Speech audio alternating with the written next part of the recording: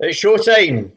Hello, good evening, and welcome. This is Hi, a David. 23 podcast show, episode 20, with myself, your host, David Blair. Tonight we are joined by Warren McIntyre and Hello. Heather Phillips. Hello. How are you both? Good. Great, thank you. Absolutely great. I'm just going to share this just now. Try and work out how to do it. Being a real technophobe. Doing well. Good day. How are you? Yeah. You've got your headset on there as well. I'm liking that, Warren. That's You- I feel a bit left out, really. I didn't get that memo. no What, headset. where is your sound and mic? Just going through what you using your laptop Just my iPad. Yeah, just or my your iPad? Okay. Yeah, it's okay. Can you- Yeah, I can hear you fine. Can you hear us? Okay. It's all good. Perfect. That's the sound checks done then. Okay. Regular viewers of the show will know it's just at this stage we just need to quickly go to our phone, and I just need to go into the 23 Universe page. If you're tuning in, give us a wee shout in the comments. Let us know where you are in the world, and we'll give you a wee shout out. If you have any questions for Warren and Heather, obviously we'll go through this evening's show and we'll cover them off as well. We'll have some chat. Warren, are you going to be playing some live music for us tonight? I was going to leave that to Heather this evening. I think Heather had a violin solo tune she was really keen to do. But I'm also more than happy to do whatever you want. If you all plays with if you want. Yeah, we could do a song together, Heather. Would that actually work, do you think? No, there's latency between the stream, so unfortunately not. Excited about that, but Yeah. Well, happy to play a song later on if anybody wants to hear a song who's tuning in. More than happy to play one. I'm just sharing this just now. Yeah. Brilliant. Likewise with myself, and we'll watch some videos as well. Some of your music videos for some of the bands that you're involved with. Cool. Okay, so that's me shared it on my personal timeline, and then I'll just pop it into the Facebook event. Thanks everybody for tuning in so far. Give us a wee shout out in the comments. Let us know where you are this evening. How's your day been?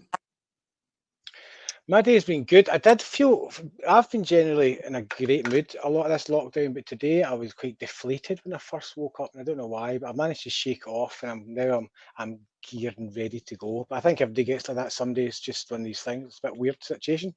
Yeah. But all good. Definitely. So what is the current situation with both of yourselves in terms of the lockdown? Are you locked down? Are you key working? What's been happening with yourselves? So I'm a high school teacher, so I've continued just to teach during lockdown, and I felt very it's a lot of work. It's really hard work, but I've been really, really thankful to still have my job, and actually it's been quite good being so busy during this really strange time and having that huge distraction and something kind of driving me forward every day. I haven't felt kind of, I know a lot of people have just felt really kind of have been furloughed or have totally lost their jobs, have just felt quite kind of despondent and kind of not knowing how to fill their time. And I think I've just been really, really lucky. I still have my job, and I've had something to do and occupy my mind every single day. And I work with high school kids, which is a brilliant distraction because they're endlessly hilarious and and unexpected. So are you online teaching from home? Yeah, online teaching. Yeah, and they're right. Where are we now? So this is the 8th of June. When are the schools supposed to break up for summer holidays? So I think my school's finish in about 2.5 weeks. So around the 24th, 25th, 26th of June. So yeah, just a couple of weeks to go, and then a bit of a summer holiday, and yeah, as best as everyone can have. See what happens after that.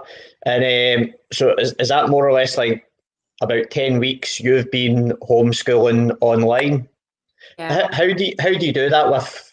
I mean, excuse my ignorance, because our trumpet player Kirsten from our band, she's a primary school teacher, and so she's obviously been doing the same as yourself. But it only occurred to me the other day like how how do you teach a class online at the same time? So all schools have been doing it in different ways, and approaching it in different ways. So I know some schools have set like big assignments for the kids to kind of work on independently, and then they might be contacting their kids through email. My school that I work for, we've just been kind of rolling out a normal timetable. So we start every lesson as if like they're coming into the classroom. So I've been using a Microsoft kind of platform. So literally like you start the lesson and you have like and you start a call like this, and you call the class in and everyone kind of logs in and you kind of like have a wee chat, see how everyone's getting on and make sure everyone's okay. Take the register. Yep. Register. Here, miss. Yes, here, miss. In their pajamas. No, that's not allowed. That's like... Oh, you've got to get dressed as well. Obviously dressed, but I get school uniform, shirt and tie. Hi, up. You know. Steady on, miss. Come on. You're not that strict, are you? No, I'm very strict. Very strict. Oh, okay. Sorry. I was just gonna. On you go, Warren. no, carry on, David. I was just going to give a shout out. There's a few people there in the comments. Andy Anderson, how you doing, Andy? Give a shout out to Andy. That's my 23 promotions partner. He was on his podcast earlier on. It's called the Sound podcast with Rooney. They had a great local Glasgow musician on.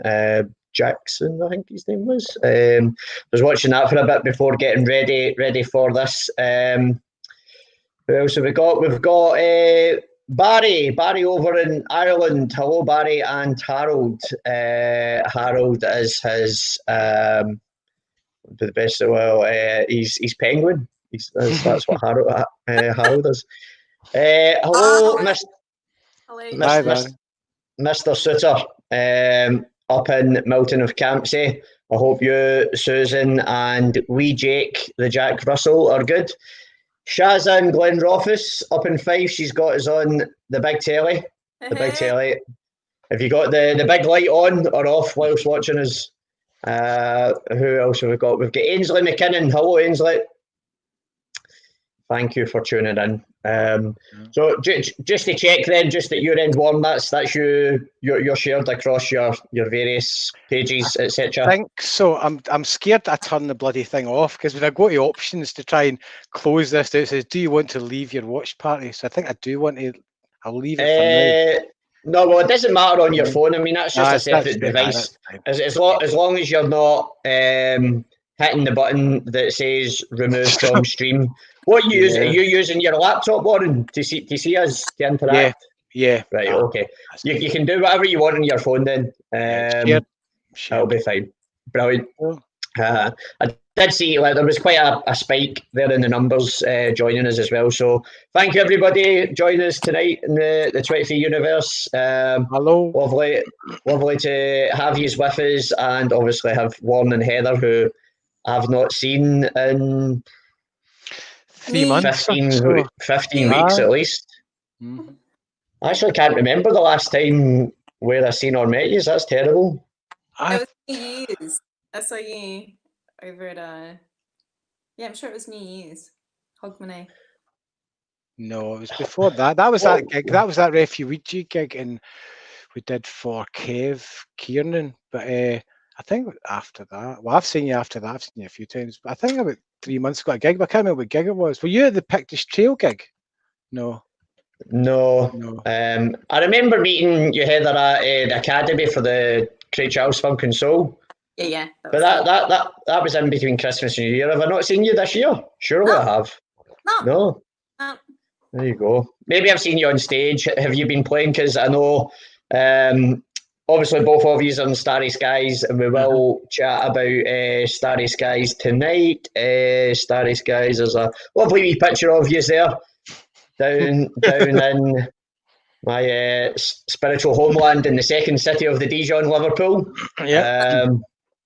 So you're both in Starry Skies with some other amazing musicians on Foxstar Records. But Heather, you're also in Sister John. Yeah, Sister John is another fabulous band I'm very lucky to be part of, with Amanda McEwen and Jonathan Lilly and Sophie Pragnell with that crew, which is great. I'm also part of another really fantastic band, Sweetheart Review, which is really close to my heart, the Sweetheart Review. And yeah, and I get to play with some really lovely musicians every so often. Katie Cross, John Morrison is really lovely. He's let me play with him a couple of times, and a whole bunch of people. I'm really lucky to be allowed to get to play such amazing music in Glasgow. I get to play with Trez Martin sometimes as well. He's a great singer. And, you can't miss him out, Heather. You've got to keep. There's more. I'm trying to think. Vanilla, but was there another band that I seen you with playing with at the Hug and Pint? Oh wait a minute. Am I getting mixed up? You're not in the Gracious Losers, are you? Oh yeah. Yeah. Yeah. You can't miss any out. With Jonathan. And Effie Ben. Yeah. What a band they are as well. I'll actually. Well, yeah. We'll talk a bit more about all of them as well. You need to get a list, Heather. I know. You need to get a list and then change the order and things. I thought you were supposed to be organised, teacher, miss. What do you teach? Is it music or maths? No, it's art and design. Art and design, right? Yeah. I knew it was something creative. I don't know why I thought maths there. My mind has been going blank for a number of things as well recently. Warren only teach maths. He's got a degree in economics. Thanks for that, Heather. Just have been taking a long time ago. Yeah, I thought I did an honours degree in economics, bizarrely for some reason, because I found economics really easy. Anyway, very good. But then when I finished it, I found you can only get a job as a banker, and I didn't fancy that. So, anyway. We know what Bime's with, not to insult any bankers out there, but what would you say were the greatest aspects of John Maynard Keynes's economic theories? The multiplier effect, obviously, like the main principle of that, and I don't know. I can't remember anything now. It was so long ago. It must be like 5 years or it's a long time ago. Keynes was quite a key figure sort of in economics in the post-Second World War rebuilding of the world. Am I right in saying that? Yep. Yeah. Absolutely. And then along came a horrible man called Milton Friedman. That's him, your monetarist policy, yeah, which the current government is following, yeah. Well, it would love to be following, but obviously it can't. Anyway. Yeah. Well, to move on from economics, because I could go down quite a dark road talking about Milton Friedman and the evils that him and the Washington Doctrine imposed upon the world. There's a few more lovely comments in there, so again we'll just bring some more people into the conversation. Ainsley, also teaching online. Okay, so Ainsley's saying she's usually in her jammies. I think Heather's lying as well. I think Heather's probably in her jammies as well, but she's just not telling us. Maybe for her morning classes until first break, and then she'll, don't know, put on a tracksuit or something. Something to keep you comfy when you're at home. What do you teach, Ainsley? Primary, high school? Let us know. There's Stephen McDonald from Kirkintilloch. Hello, Stephen. You're not far away from me, Stephen. I'm over in Christen, just over the back roads from Lenzie from you. There's Alan Bogle from Music Mogul. He started up his own wee podcast as well. Thanks for joining us on the YouTube. Don't offer them cake. No, we'll move on from that one. There's bankers and there's right. Easy charm. So, Starry Skies. Talk us through the genesis of Starry Skies, Warren. God, the band started, I don't know, about how long now?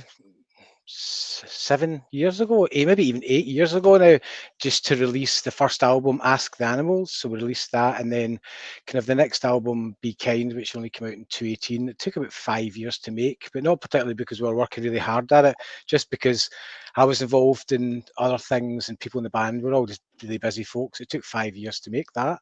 And then this next album that's just been finished, we luckily managed to do that in just less than a year. So that'll be coming out soon, and it's sounding good. Sorry, what did you say that's called?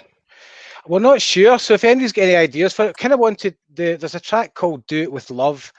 And the whole, when we're putting the idea of the album song together, the whole thing was it was meant to be about really positive songs all about love. So yeah, Do It With Love, that was kind of going to be a title track. So I was thinking of calling it Do It With Love, but we've not really decided. So if anybody's got any good ideas, something quite short relating to love maybe, would be good. And we'll give a prize of something if we pick a name, I don't know. Yeah, so it's been busy doing that, and we've a single coming out on the 17th called Here Comes the Moon. That's looking forward to that coming out. It was played the Postcards and Underground last night, and we'll start sending that out kind of next week. Postcards. Sorry, what was the single name? It's called Here Comes the Moon, and the cover was designed by Ashley Cook, who designed the cover for one of our earlier singles. Ashley's an amazing artist, so she's done this beautiful picture. And yeah, it's good. Yeah, okay. Here Comes the Moon. Yeah, Here Comes the Moon. And it's out when? 17th of this month. Is that a Friday? Yes. That's usually the release date now, isn't it? Friday of June. Okay. I was just asking you to repeat that there because I can just add a wee banner here into our chat. Oh, cool. There we go. So we've got all the technological bits and bobs here backstage in the virtual green room. Right, I'll just leave that up there for now. And that got put. The 17th is actually a Wednesday. Is it? Is it? You sure? We'll edit it. Yeah. What date then is it out? Is it Friday the 19th? I think so. My organisational skills are awful. So yeah, or whatever. It'll be out within about a week or so. So we'll be out soon. It doesn't really matter. So okay. And we should have known the teacher would have corrected us there on the dates. Obviously, Heather's counting down to summer holidays. Summer holidays on stay-home vacations. A staycation, I believe they've been calling them. And where is it being released from? How can people get it?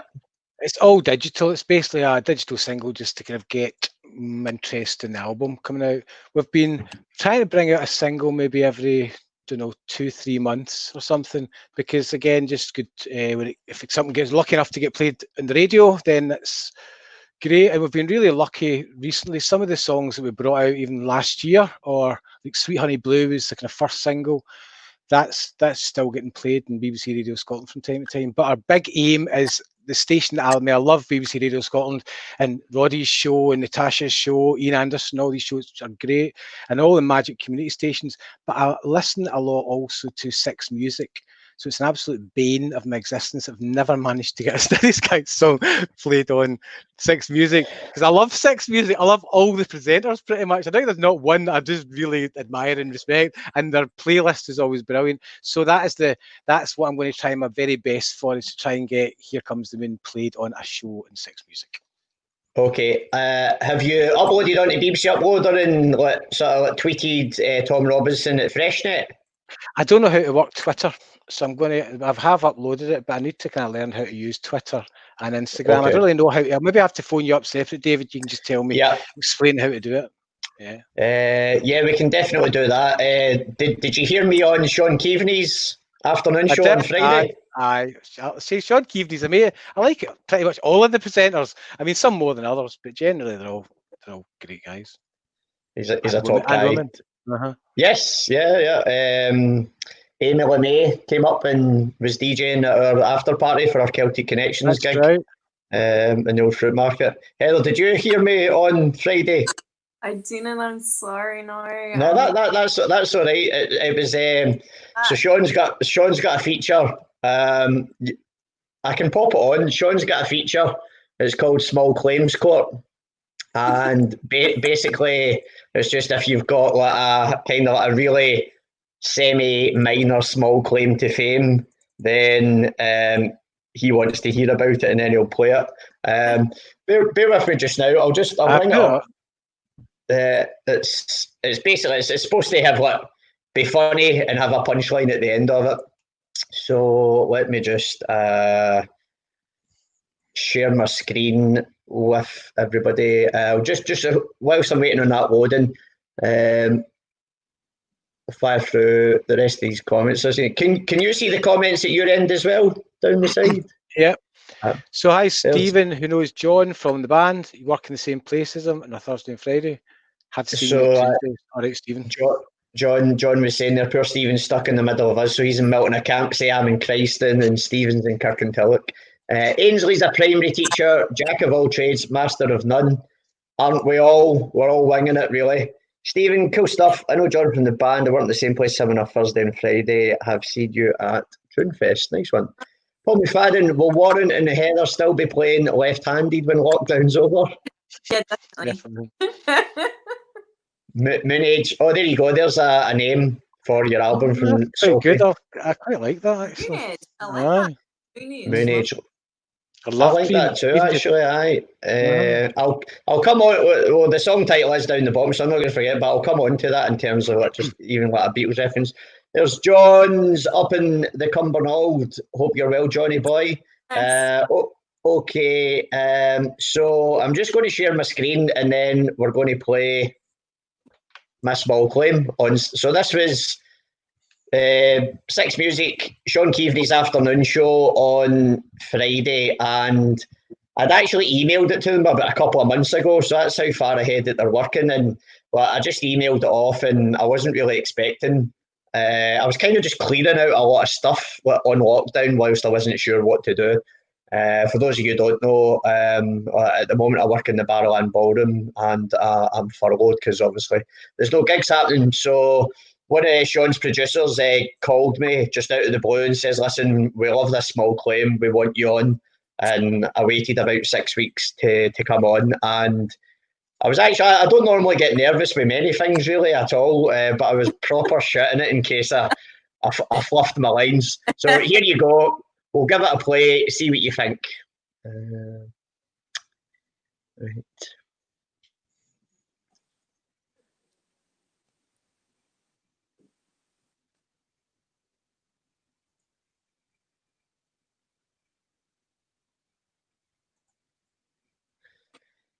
Actually, how do I?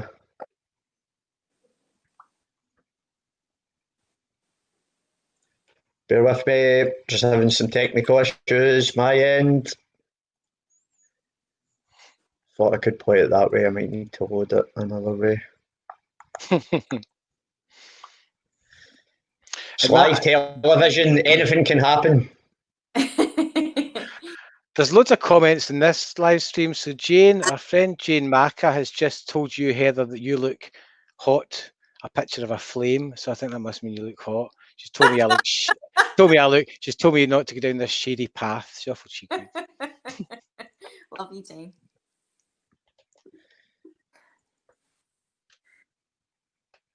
Yeah, I know what I've done. I was trying to play it from my desktop, but I think I need to play it to share my screen via Google Drive. But it's taken. I think I'm going to need to come back to that. Cancel that for now. Yes, Houston, we have a problem. So the song name. I know you love the Beatles, Warren, as do I. And yep. I was thinking there, Heather, as well. And I was thinking there when I saw your title, Here Comes the Moon. Is it a play on Here Comes the Sun, by any chance?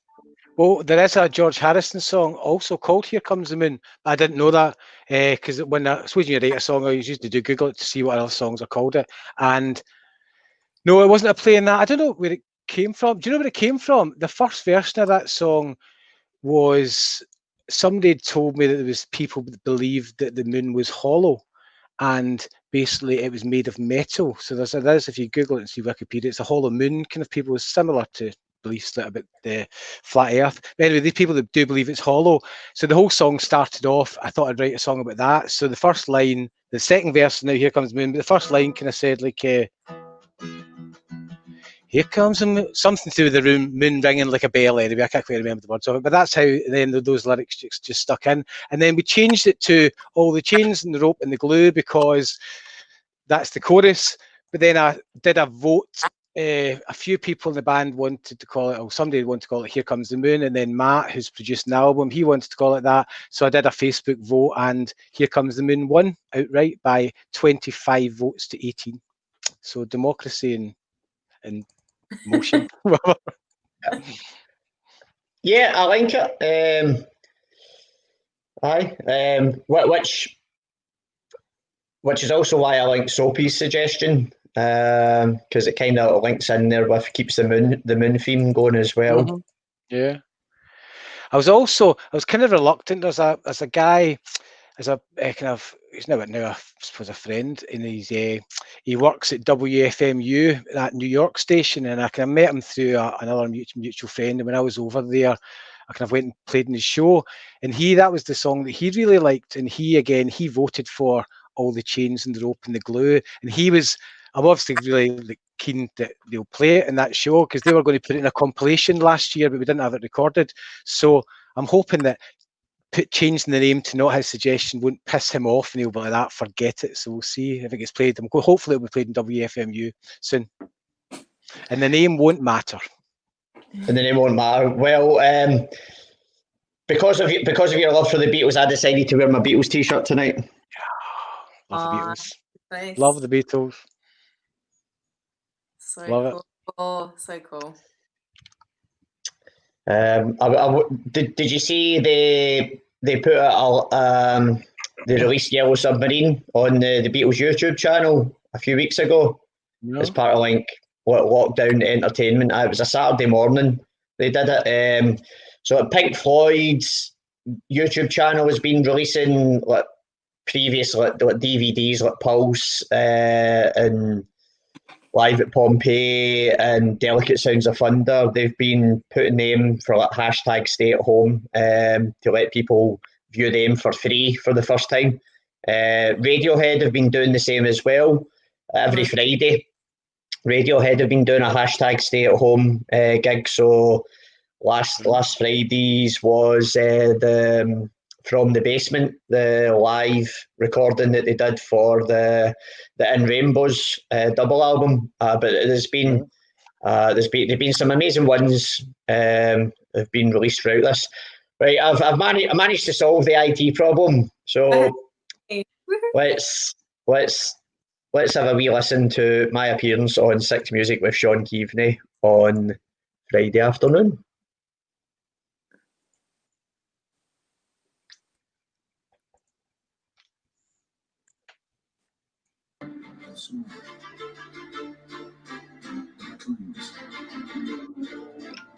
Come, it's time for Small Claims Court. If you've ever had a brush with fame and want to hear about it in a Small Claims Court, you were there at the bottom of a staircase and Kylie Minogue dropped at the bottom and smashed into 7,000 pieces. We went to console her and she said, "It's alright, it's insured." It's the kind of story we like to hear in the Small Claims Court, but there's fame's a claim.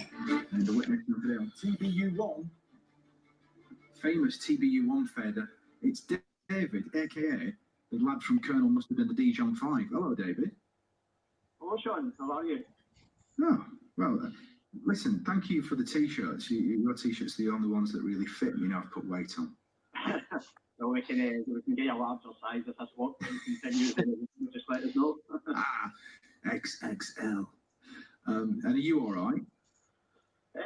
Yeah, obviously the whole music situation with nothing happening, festivals and gigs and stuff like that, it's having an impact on us. There's no doubt about that. But we just need to try and get through it as best we can. Absolutely. All right. Well, we're all here together anyway to try and muddle our way through. And David, what is your claim to fame? Okay, Sean, my small claim to fame is after volunteering at my very first Glastonbury festival with Greenpeace in 2013, I decided to pay a visit to the famous Tor and accidentally interrupted Neil Oliver filming a show. A very angry director headed towards me shouting, "Cut, cut, cut, can't you see we're filming here?" To which I replied, "Calm down, mate, I didn't know. Take two, everyone." Small Claims Court interrupting Neil over filming special. Hey. So that was that, and I sent him the picture as well, which was Oh, nice. he was still raging, as you would expect, but cards on the table. There was a lot more swearing involved by both the director and by me at the director for being a dick about the whole thing. But obviously, I had to tone down the language for afternoon radio. But he's a top man. He's a top man. There's Brian Spalding on. Hi, folks. Take the chance here to thank Warren for my lovely golden package, which came through my door today. A pleasure, Brian. Brian kindly.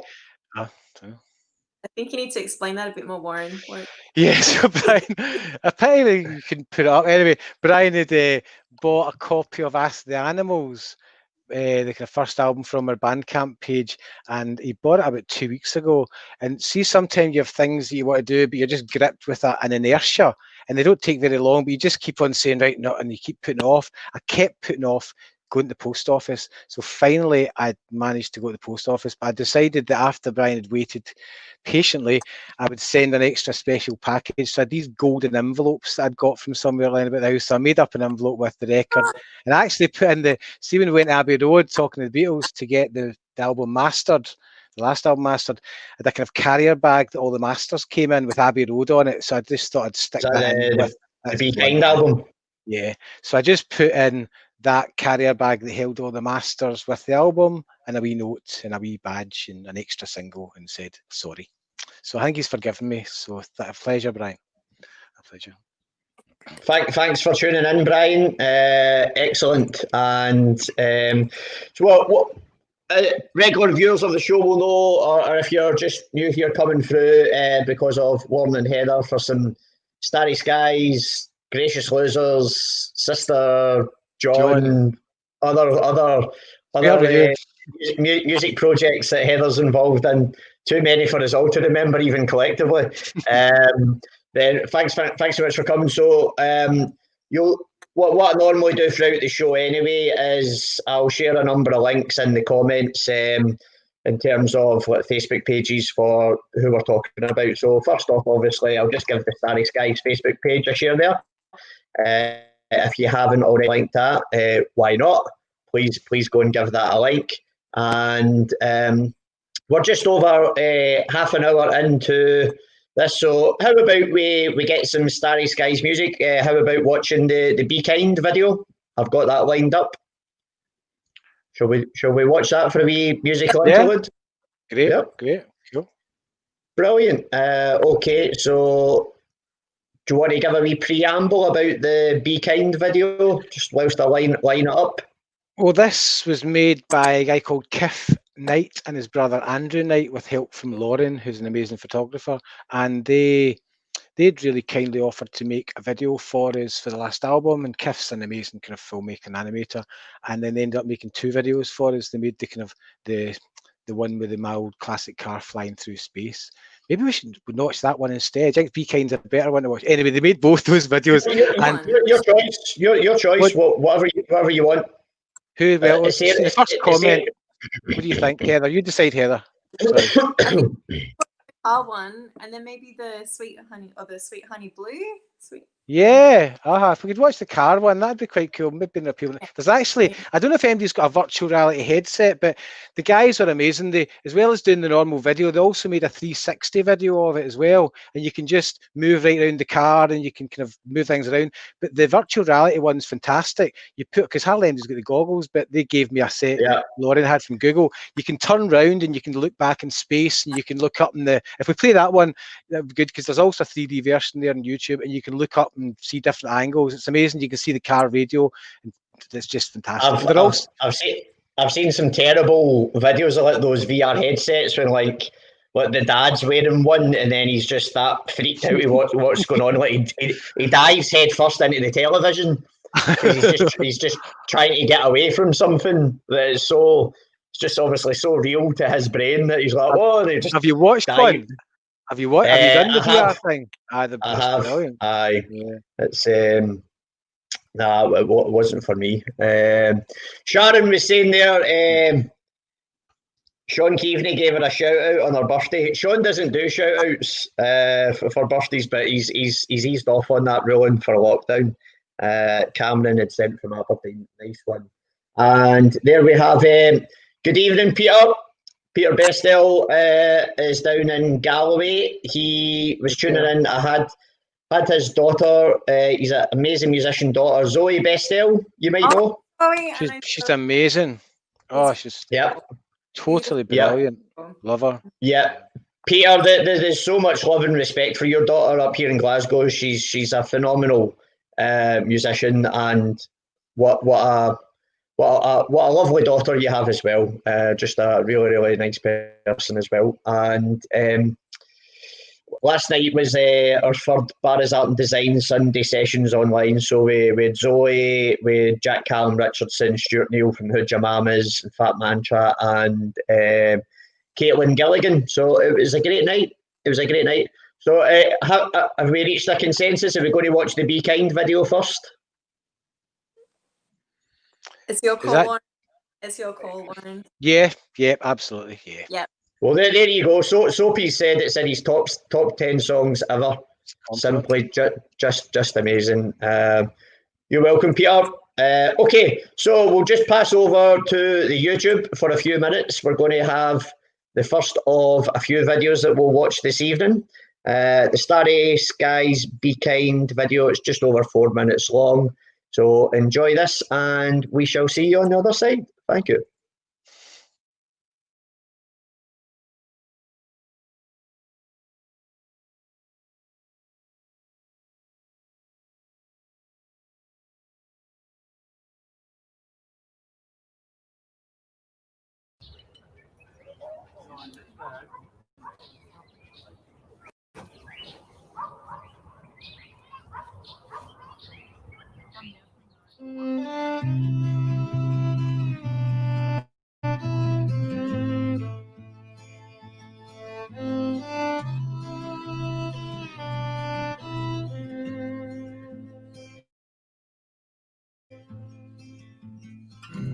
Won't you comfort me? Won't you hold my hand? Won't you lie beside me? Help me understand. Let me comfort you. Help you make a plan.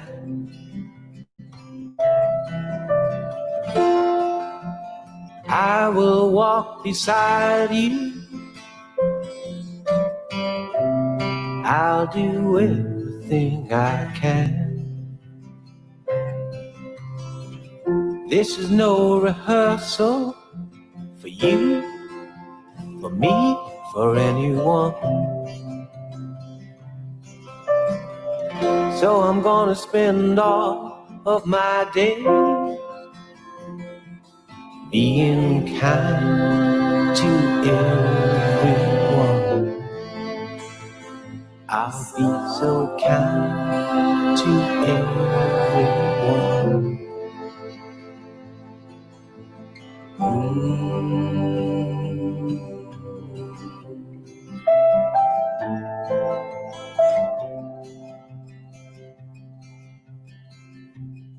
Won't you hold me close?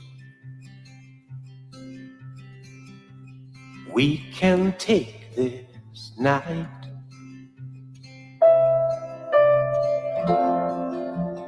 I will always love you.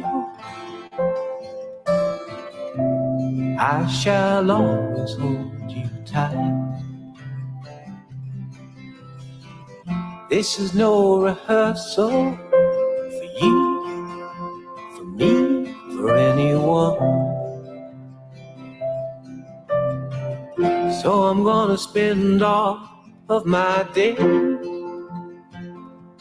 being kind to everyone. I'll be so kind to everyone.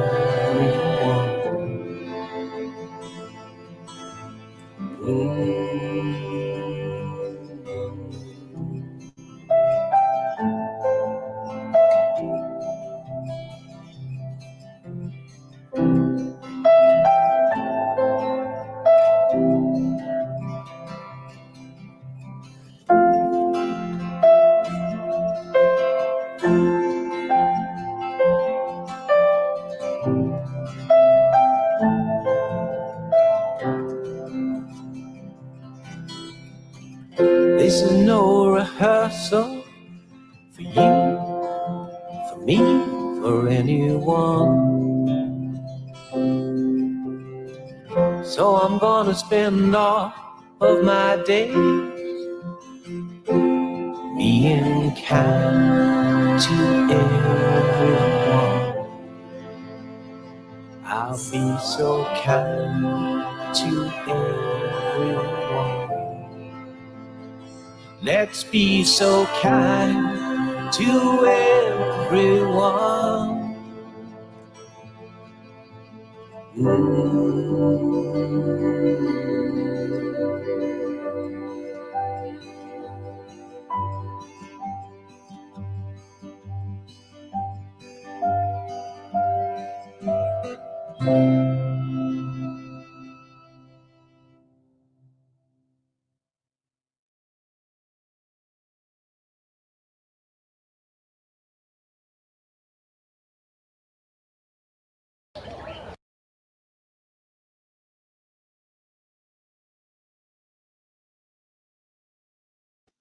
Back. And we're back. Hello. We're back. The screen's changed around there. Heather, do you mind being down there? We'll just move it back. Brilliant. Love that video. Love that video. It's a beautiful rolling vista there at the end. Where was it filmed? I'm not sure where that was. They kind of asked what kind of creative input we wanted in the video, and we just said nothing at all, just totally left up to them. So there would be no input in the video at all other than sending them the song. It was like Kiff and Lauren and Andrew, they kind of pulled it together. And the exciting thing is they're doing another video just now. Well, certainly Kiff is, and he's doing another video for the single Here Comes the Moon, and I've seen the kind of wee shot from it, and it's pretty cool. It's very different. It's an animation this time though. It's great. Right. Yeah, it's a brilliant video there. There's some beautiful comments coming in there. Hello, Lou23. She saved a wee flying thing's life today that got in her juice. She was being kind to it. Beautiful sentiment shown in the video. Wonderfully what the words convey. Yep, indeed. And the world certainly needs a lot more kindness at the moment. We've got Sophie greeting there. Get the hankies out, Sophie. I'm not crying, you're crying, Sophie. I'm not crying, you're crying. Colin Hunter, he gives that song a yes out of 10. That's compliments. I was listening to Colin Zag, great musicians, songwriters. That's a big compliment. Thank you, Colin. He is indeed. I would also like to give Colin a shout out at this stage as well, because he has an amazing podcast which has inspired me. bring, as you guys will know, like you when we had the 23 podcast show with Andy and Frankie Anderson, when we were filming it in the Barrowland Ballroom last spring, that would have been, or late winter last spring, we were doing it in real life. Remember that? Yeah. And that we had to sort of spinning a lot of plates, and then festival season kicked in, and then that took over 20 festivals over festival seasons. So there's only so many things you can do. When we went into this lockdown, it's obviously been a massive challenge for so many people's mental health, and I was no exemption to that. And I definitely went through the 5 stages of the grieving process, from shock, bargaining, anger, depression, and then into a state of acceptance with it. And listening to various different podcasts was actually a catalyst for me to go, right, I can't just, like you were saying at the beginning, Heather, like you've got to be doing something, like to at least stay creative and give you some sort of daily focus. So Colin has a very, very funny, heartfelt, genuine, just really honest and warm podcast called My Battery is Low and It's Getting Dark. And those were the last words that came back from the Mars rover before its battery died, and then it finally got dark. So I'm just going to give the first episode. It's on all disreputable streaming platforms and other podcast places. I listen to it on the Spotify. It has some absolutely phenomenal titles for some of his. Like his first one was called Old Gaelic Man, but some of his more recent ones have been brilliant. The Darlene Hash Buds of May, the Incredible Sulk, and he's got some brilliant titles in there. Maggie and Mortality, In Between Days and Heights, Think for Yourself. Well, I would strongly recommend, if you like your podcasts, they're only about 25, they've been between sort of 45 minutes to like an hour long, but they're very, very funny. Check them out. That's my wee sales switch for Caldo. Thanks for tuning in, Caldo. We had some more lovely comments there coming in. Alan King, Dynamite Vibes. Barry, that was rather charming. It was indeed. That's a great video. Peter, really enjoyed the vid. Must admit to leaving the stream and watching it direct from YouTube for full HD quality. I don't blame you. So I'm also just going to give the video link for it a share as well there, just so it's in the comments. Please give a subscribe to the Foxstar Records YouTube channel. Whenever any of their new videos are being uploaded, you'll get a wee notification, and you'll be able to keep up to date. If Here Comes the Moon does come out on Friday the 19th or Wednesday the 16th, or whenever the video does, we're not quite sure yet, but you'll be one of the first to know if you subscribe to the YouTube channel. So please do that. And whilst we're at it, I will just give a wee plug for my own 23 Universe YouTube channel. If you've not subscribed to that, that would be great if you could do so, and I'll keep you up to date with all future podcasts as well. From your end, have you been watching any of these sort of podcasts on the StreamYard technology we're using at all? Yeah, no, I've not. There's been like every week there's been new people coming out with music, and I think it's been quite exciting. Lots of people making music at home and feeling free to share it, and it's a really difficult thing to do, to share the music that you're making.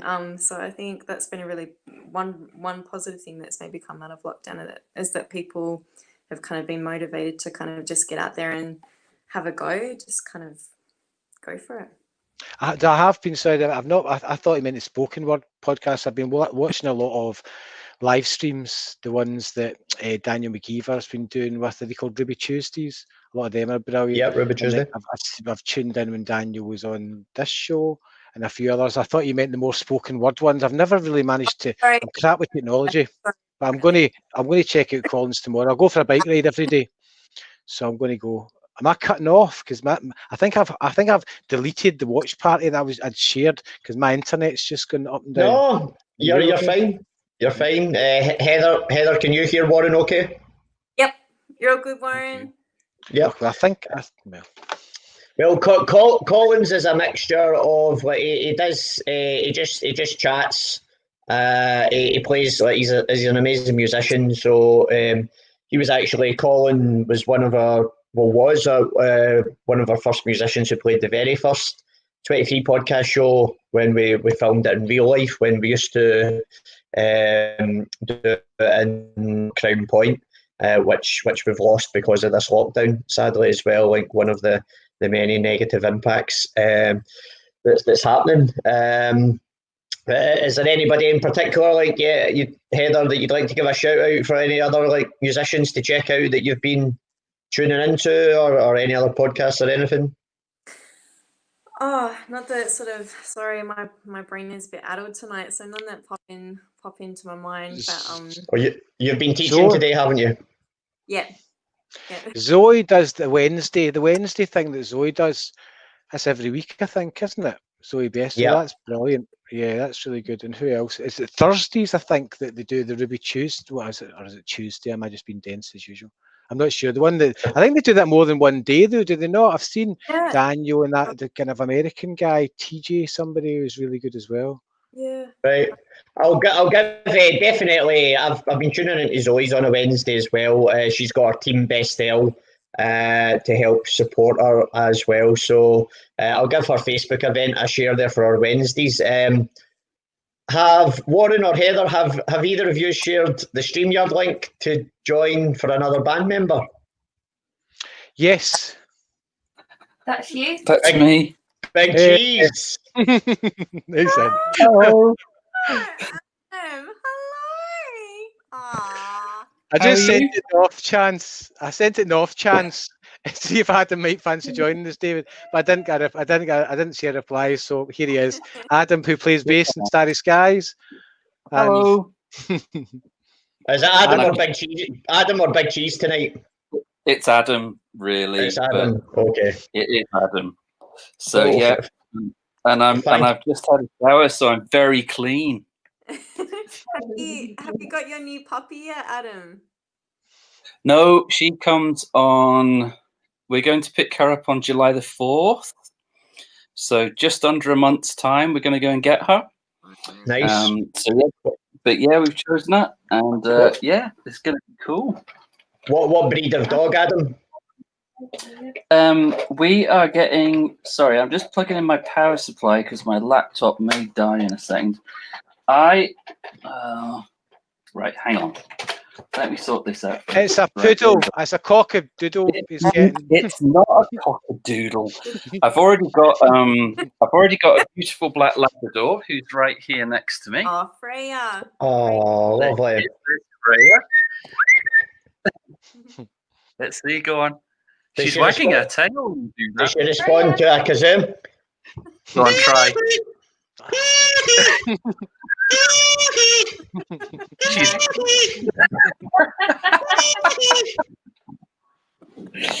Anyway, we're getting another black Labrador in about a month's time.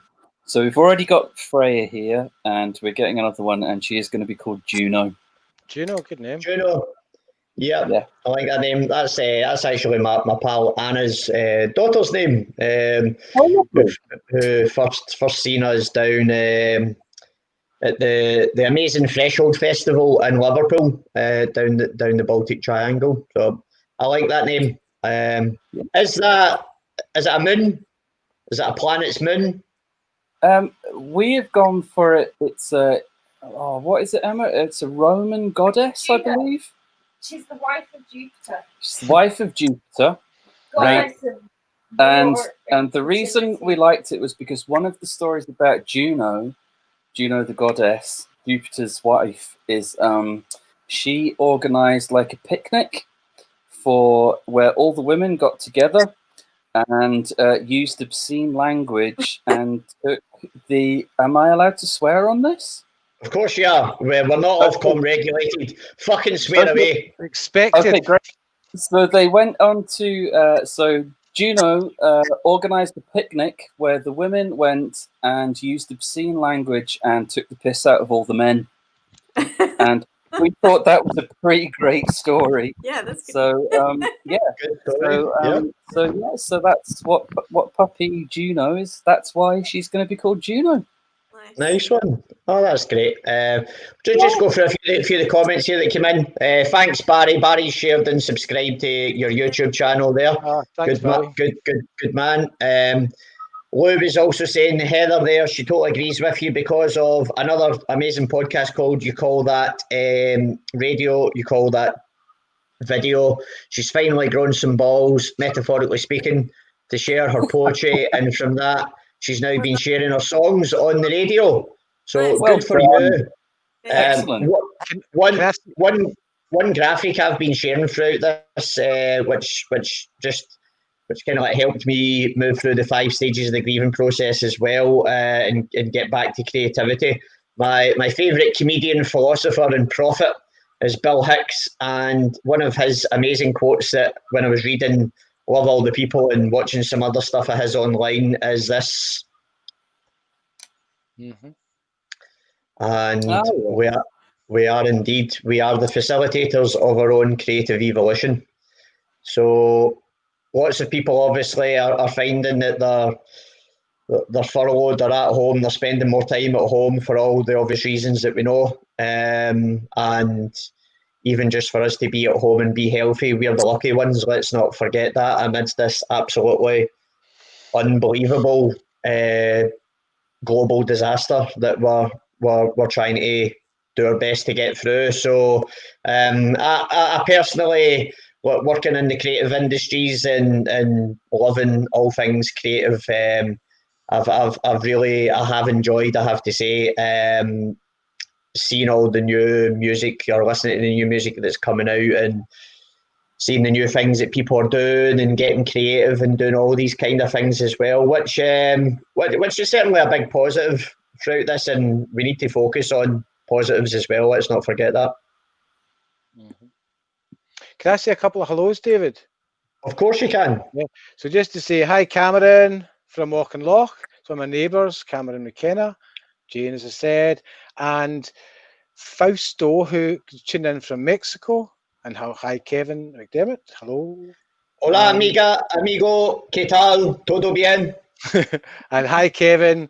Hi, Rosalind, Paul, Steph, Andy. Our biggest fan is from Aberdeen. His name's Andy Smith. He's our biggest fan. And Paul Lucas and Jason. Nice back. Warren. Hi, Jason. Hello, it's a big compliment coming from yourself, Jason. You know your music, that's for sure. And Tony John Blair and Harold Blake's who's shouting out from Aussie Starry Skies fans. I don't know if it's some. What time is it in Australia where they are, Heather? It must be. Hold on 2 seconds. It must be. It's 10 to 7 in the morning, so that's dedication. That is dedication. There you go. So have they came onto the podcast from you sharing that on your personal timeline? Yeah, I think so. Yeah. That's what we want. We're all here together, all over the world in the 23 universe, from Mexico to Australia to Ireland to Aberdeen. What was the guy's name? Your number one fan in Aberdeen, Alan? Andy? No, it's Andy Smith.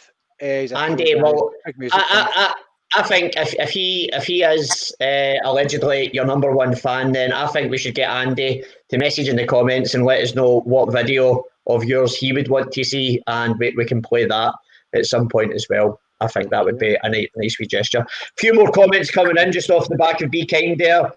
Ishrat, it's my pal Ishrat. Namaste, Ishrat. Thank you for joining us. She's just watched Be Kind. What a beautiful song and video. Just what I needed to see and hear right now.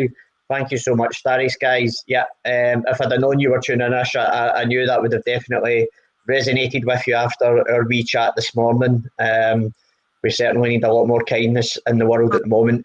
Stara Zagora, previous musician who's played for our Barra's Art and Design Sunday Sessions Online. Such a beautiful track and video. Watched it several times during lockdown. Hope you're all well. We're good, thanks, Sean. Thanks very much for tuning in. Hope you're well as well, my man. What's this? Reason watch this? What? What?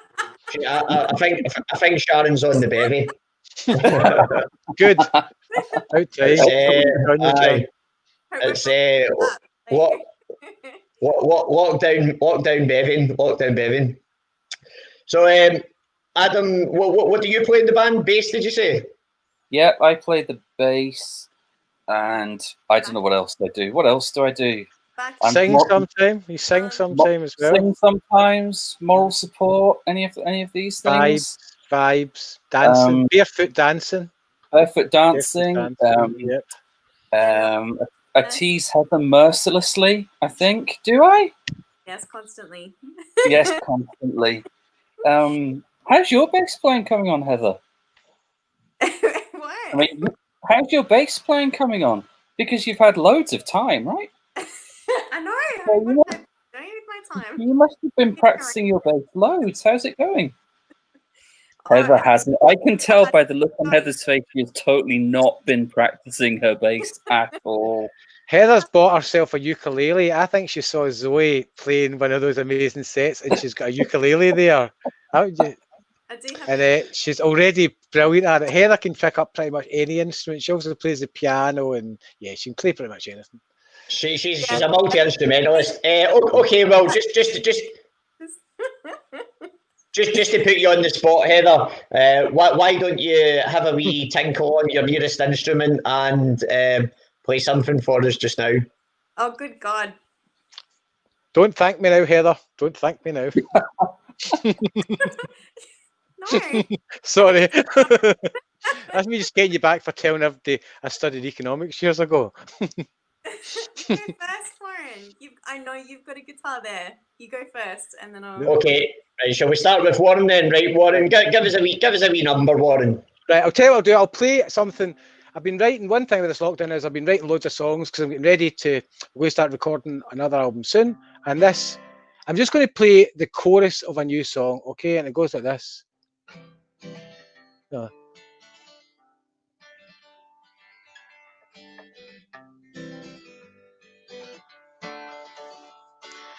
Oh, Iceland, I love for you. I've got to remember the. Oh, I've not got my cap on. What am I doing? Randomly playing out at the universe. Okay, it's 23 universe. It's okay. Kind of goes like this. Oh, Iceland.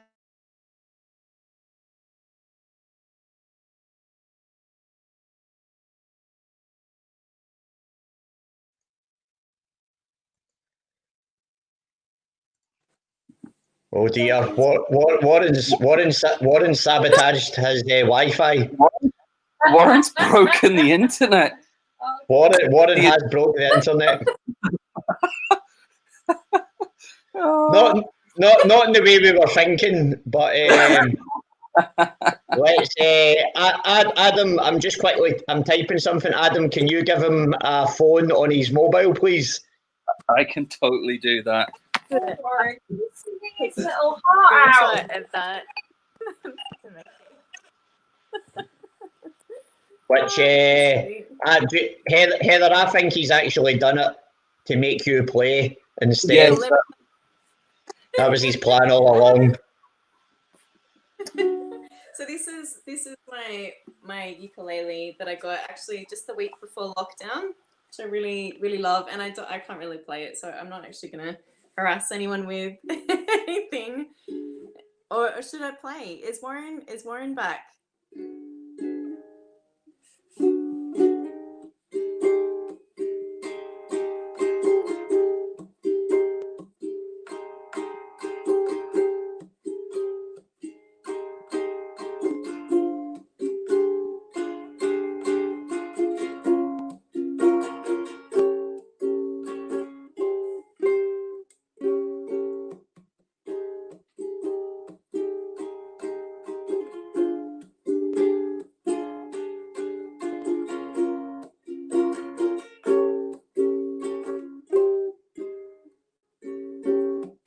That's all I've learnt.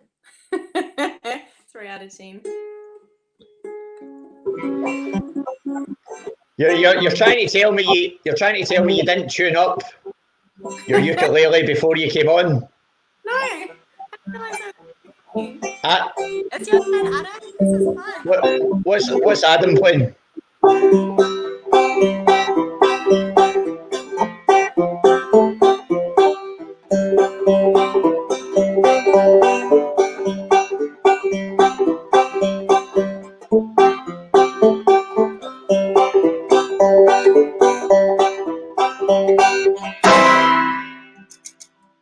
Something like that.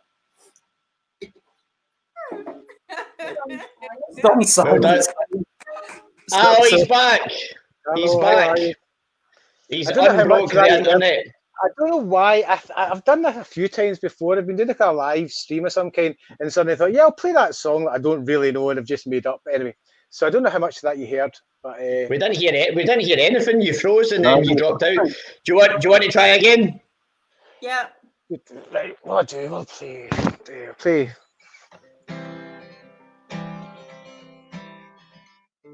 In my love, we went up north to land by the ice floe. We were looking for home. Oh, Iceland, my love for you is strong. Sitting in the midnight sun. Sounds very folky, doesn't it? It's not very. But anyway, it's a song about Iceland. I'm going to kind of finish off in the next few days. Am I cut out again? I think I broke the internet again. Yep. No, you were fine. No. You were fine. All right, okay. Yeah, so that was a song I'm going to do called Iceland. But I've been writing a lot of stuff because we've been in recording at Maybank Studio. So I'll give a shout out to Matt Harvey at Maybank. He's been producing the latest Starry Skies album. And the guy is amazing. You know, he's just so musical and he's just been amazing. It's been such an experience working with him. So he's worked so hard on it. So what's the name of his studio? It's called Maybank Studio, and it's at Eglinton Toll in Glasgow, and it's got loads of great gear, Hammonds and Rhodes and all kind of. It's Matt who is kind of what makes it so amazing. He's just such a musical guy, and he's brilliant to work with. I've just loved it. Cool. I'll give his Facebook a share in the comments as well. Go in and check that out. Brilliant. So what was where and when was the last Starry Skies gig in real life? I think it was the Peace Happening, was it? Or did we no, it's the doublet gig that we did with. Yeah, we did a gig for Murray Easton in the doublet. Yes, that was it. Party. That was good. That was for the British Heart Foundation, was it? No, it was actually just a gig that Murray put on as part of the kind of the Kickstarter for the Starry Skies album. Okay. Yeah, so we looked into it. One, so, but that wasn't a full band show because Adam wasn't there. So the last time we've actually had everybody playing was the Peace Happening at the, what's it called? It's right next to it's the gallery. What's it called? The Film Centre place. Beth runs. No, God, the CCA. No, it's the film place in the Shongate. What's it called? She's been right in my head. GMAC. That's the one. Yeah, so that was really good with projections. Ashley, it was part of a thing we'd done with Ashley Cook again. She'd put together like about an hour worth of projections. Her work is just so amazing, and they were projected on the back wall. And Heather, Sophie, and Jen were all kind of playing the strings in front of these projections. It was amazing. Do you have a string instrument to hand, Heather? Not a ukulele? I do, but I don't know what I'd play. I'm pretty rusty. It's all right. I'm not putting you on the spot to play something right now, but I'm just putting it out there. I think I'll listen to that. I think my neighbours boys, they'd be joining that as well. Lou was saying you're getting cheap. Lou thinks you'd froze on purpose there. I know, good market. I just thought to myself, forget doing it as a tribute to Iceland, the country. I should just go straight for Iceland, the shop, shouldn't I? And make it about Brussels sprouts and frozen veg, and there'll be quids in. Do you know what I mean? Rather than a love song to Iceland, just a love song to money. That's what we'll do. I won't really. Because that's right up your street, isn't it, Warren? Oh, yeah. But we've been doing a lot of new songs in the past. I'm kind of trying to make the most of it just now, because there's been times way back in years where you struggle to write songs and you sit there and you can't really come up with anything. But I'm finding that every other day, kind of got a new song now, and I've not, and some of them are pretty good. So we'll see. Nice one. So the second album's ready to go then, pretty much. Well, this is the third album, and third album. Yes, the third album, and it's pretty much finished. There's just a teeny little bit of mixing to do, and then it's going to be mastered again. We were going to go back to Abbey Road to master it, so I think we won't be able to do that. So I'm not sure. And Abbey Road is a brilliant mastering place because the equipment they've got is great. There's also really other great mastering folk. That guy Kramer, a brilliant producer, he mastered the forthcoming single. And there's also Fluid. So if we can't actually go to Abbey Road, we might get it done somewhere else. I don't know, because the whole part of getting that mastered at Abbey Road is you get to go in that amazing building. Yes, and like when you're doing the mastering, talk us through that. Do you go into Studio 1 or Studio 2? Well, we went into, there's mastering suites there, and we were really lucky that the guy, I'm putting the spot, just instantly forget his name. The Jeff Pesky, who was mastering it, he took us in which is the main mastering suite, the kind of the first one, and something broke almost within half an hour of us going in there. You know, it's my dab hand with technology, I think. So what happened is he gave a big apology to us, and he just phoned up. It's like so professional. He phoned up and explained what was happening. This guy literally turns up, you know, this guy tech guy, all there with the suitcase and stuff, and starts working. And he apologized profusely to us and said, "I'm really so sorry about this, but to make up for you, I can give you a wee tour of the building and take you into Studio 1 and blah, blah, blah." So he took us right round into Studio 1 and in Studio 2, then into the canteen. He's apologising all the time for this delay to the master. And of course, we were just delighted and hoping it would take ages to fix. But then it was after about an hour and a half, they kind of fixed whatever it was when we went back in. And then they go through the process, the actual mastering process, just works through each track, does all the kind of stuff through the different outboard material, and then he asks about the volume levels for it and the spaces, and you just kind of say, I just said yes to everything he said because I thought he probably knew better. But it sounded great. And Johnny, the guy that produced it was there as well, Johnny Smiley, who's another fantastic producer. So Johnny was there. So Johnny was delighted with it. And then the final stage, he got a lacquer, and he actually cut a disc, a kind of 12-inch an acetate, I think it's called, and he cut Be Kind onto it. So he showed us how the process worked of actually cutting the grooves into the plastic, and then he played the acetate. So he played Be Kind. So I've actually got that downstairs as a kind of memento. So it's quite a thick acetate, and it's got Be Kind, but probably going to give it away as some kind of competition thing or something like that, because probably somebody would value it a bit more than I would. It just sits in a cupboard, so it's good to give these things away to other folk. Yeah, no, I like that. Good on you. So talking of the Beatles, if you didn't know, and if I hadn't shared it with you before, but the reason why, with my love of the Beatles, with my various Beatles tattoos across my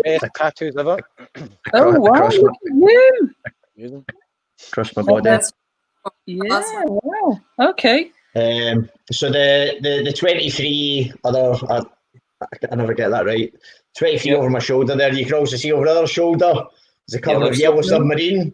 That's right. Now, I've spoke to some various Beatles historians about this, and this is quite an interesting rabbit hole anyway to go down. But if you have or have not noticed this before, I took the 23 part of it from that. Oh, look at you! Oh, the blue meaning in the corner there. Yeah. And then when I came to so anybody who knows me and knows the band, I'm in Colonel Mustard and the Dijon 5. We have a fondness for the colour yellow, and So yeah, Yellow Submarine. Yellow Submarine is one of my favourite Beatles albums as well. There's some absolutely classic songs on that, as there are on all the Beatles albums. They're just incomparable and will forever be number one in my book. But when I sat down, so then like you have an idea for a name, and then when you go to like Facebook to create a Facebook page, you've then got to start typing in different things to then see, oh well, somebody's got that, somebody's got that. So it just so happened that when I was thinking about it, I had the 23 as the first part of it, and then I was listening to the Beatles Abbey Road and All Across the Universe came on. And just at the point when he got to Universe, I thought, oh, 23 Universe, I'll see if that's available. So it was available. So that's why the Facebook and the YouTube channel and the Twitch are called 23 Universe, and that's why the 23 podcast show is called the 23 podcast show. For okay, there you go. Good name. The Beatlemania. The Beatlemania continues. I want to keep the Beatlemania going on. I could do Beatlemania forever. Oh yeah, honestly, just forever. Just let's not ever stop talking about the Beatles. Definitely not. So great. Yep. Okay, well let's just do a wee round robin. Around we'll go just clockwise. Then starting with yourself, Heather. Favorite Beatles album. Favorite Beatles song. Oh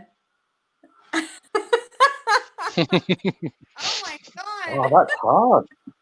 We've got more time to think. Brilliant. It's not going to help. Yeah, exactly. It's not really helping. No pressure. Come on. Like, no, I'm sweating here. Or if you can pick a favourite one, like just what stream it's. Names. I can't even remember the names in our album. I'm terrible. Sing it then. Sing it. I'm also terrible at doing that. Do you not sing? You play every instrument and you don't sing. She does sing. My friend helping me out here. JC, I can tell you JC's favourite song. His favourite song is Flying. Interesting. From the White Album. Oh, nice. No, Magical Mystery Tour album. Yeah. From the White Album, apparently. Yeah. Okay, Adam. Who's JC? Are you pals with Jeremy Corbyn?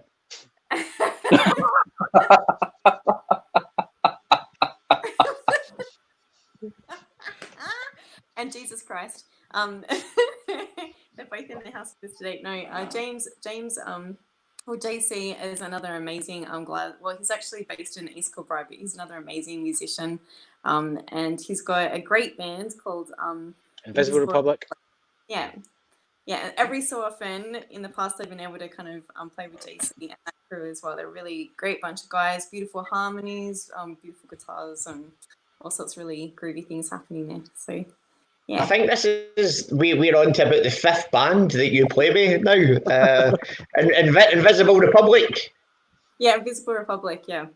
Right, I'll give their Facebook a share in the comments as well. People can go and check them out. Did you say, is it 3 guys?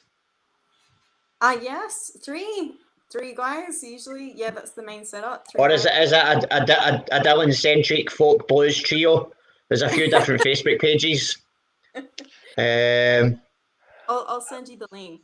Yeah. What one would it be? JC. I'll get JC on it. Cool. All right. So you've just basically copped out of that one. You're using somebody else's favourite song and album. Okay. Well, we'll move clockwise round to Adam. How about yourself? All right, okay. So it depends, right? If I am with my friend Martin Clunan, who has a very strong opinion that the Beatles completely lost it after Rubber Soul because he just thinks they didn't work. Yeah, no, he's of the opinion, right, that they didn't work hard enough after Rubber Soul because they stopped gigging and they just all got way too lazy. So if I'm with Martin, then I would say probably something like It Won't Be Long off Meet the Beatles, which is a pretty great song. But if I'm left to my own devices, I think probably one of my favorite Beatles songs would be something like Mean Mr. Mustard off the B side of Abbey Road. Right. Pretty great. So it only lasts about 45 seconds, but it's magic. And do you know, not that long ago, do you know the Beatles historian Peter Hewlett? Uh-huh. So they actually, I think it was in the Evening Times, they found out the real story behind Mean Mr. Mustard. Right, I'll share this with you. I'll put the link in. It was a Daily Record actually, but I may also have read it in the Evening Times. So the story, the Beatles song from Abbey Road album, inspired by miserly Scott who was cruel to his wife. The Daily Record can reveal Mean Mr. Mustard was based on a story covered by the Daily Record in 1967 about a Scot called John Mustard from Moray, whose wife took him to the divorce court. And he was actually so mean. The details of it inspired like John. So John was holidaying in Scotland where he had some family in Edinburgh and Sutherland. And he was holidaying when he read the Daily Record in 1967, June the 7th, 1967. And John Mustard lived in Enfield after moving there from his native Scotland. So, quoted in the court, he was a mean husband. He shaved and he went to bed in the dark to save light. It also told how he insisted that his wife Frida, who divorced him because he was so mean, he insisted on turning the lights off when listening to the radio because it was not necessary to see in order to listen. And then Mr. Justice Rees said in the divorce court of London, he was at pains to explain that he came from north of the border where carefulness was just part of his upbringing. He said Mr. Mustard was so mean with money and frugal while using lighting and heating that he went far beyond what any wife could be expected to bear. So there you go. That's just some of it. I'll share that Daily Record article in the comments if you want to find out the real story there. Very interesting. I want to know that story. That's amazing. San Fran, when my auntie was a girl, she was in a train carriage from Glasgow Central. She was sick. One of the four young men in suits gave her his hanky to clean herself up. Turned out to be John Lennon. There you go. They were returning from their Highland tour. Nice one. That's right. Famously, the Beatles played in Buckie Town Hall. Did you know that? Yeah. No. Aye. It's pretty much like the most famous thing that Buckie is famous for. Not having anything to do with Buckfast tonic wine, of course, but when we did a Highlands tour, we did our Halloween gigs playing between Inverness and Aberdeen. And when we were on the road from Inverness to Aberdeen, to go to Buckie is a 60-minute detour off the road. And because the drinkers in the band, me excluded because I was driving the minibus, had bottles of Buckfast, they basically demanded that we go to Buckie to stand outside the sign of Buckie holding bottles of Buckie just to get a picture. Was it worth it? To the, I think I've seen the picture actually. I'm not sure I've seen that. Shout out to the Dijon 5 for that. John's been to Buckie on his holidays. There we go. Adam's back. So we've changed now. Okay, Warren, over to you then. What's favourite Beatles album, favourite Beatles song? Genuinely, I know it's a cop-out, but I couldn't say. I couldn't say. I don't know. Love the Beatles so much. I mean, things we said today, love that. I love I Want You as well. But just hundreds of them. I mean, Long and Winding Roads, even just the really early stuff. Love Me Do, just all of it. I don't think there's a single song that I don't love, And at some point, one's different favourites depending on what mood I'm in and what's going on in my life. I suppose so the one, Abbey Road's probably the album that I'm my favourite at the moment. I would say though, Abbey Road. Nice one. Let us know in the comments what's your favourite Beatles song, what's your favourite Beatles album. I think we should have another wee musical interlude. What video do you want us to play next? What about the Starry Skies one with the car in it? I cringe at them all, but that's a good one. What's it called? Starry Skies what? It's called Starry Skies. The song's called Starry Skies, Starry Skies. So it's on your channel, and it's one with a kind of flying car or a colourful kind of road going through space. Is it on the Foxstar Records channel? Yeah, it'll be there, and it'll be. Let me try and find it. Videos. Is it the Starry Skies 360 one? No, there's two that look kind of similar. Oh, I've got it. I've got it. Okay, a nice wee 3-minute ditty. Do you want to give us a wee preamble then to this song and video? Okay, again, this was made by Keith Knight and his brother with Andrew, who are both amazing. And again, there was absolutely no input at all. I don't know, sometimes see if you're working with people and you really trust their opinion, I just don't like to leave them to go on with it. So again, there was absolutely no input at all, other than they took me over to Film City in Govan. We've got a studio there that we practice and work in songs, and they came over there and we put a green screen up. And again, so it's really hard looking at yourself in videos, because I just look at it and look at my hair's all wonky and sits like this and all this. But it's a great video. They're really talented folk. Brilliant. Just before we watch the video, where can people directly buy and support your band, buy your music? Bandcamp. We've got a Bandcamp page. Right, I'll give that a share. I'll give that a share in the comments as well. So that's Bandcamp. Starry Skies.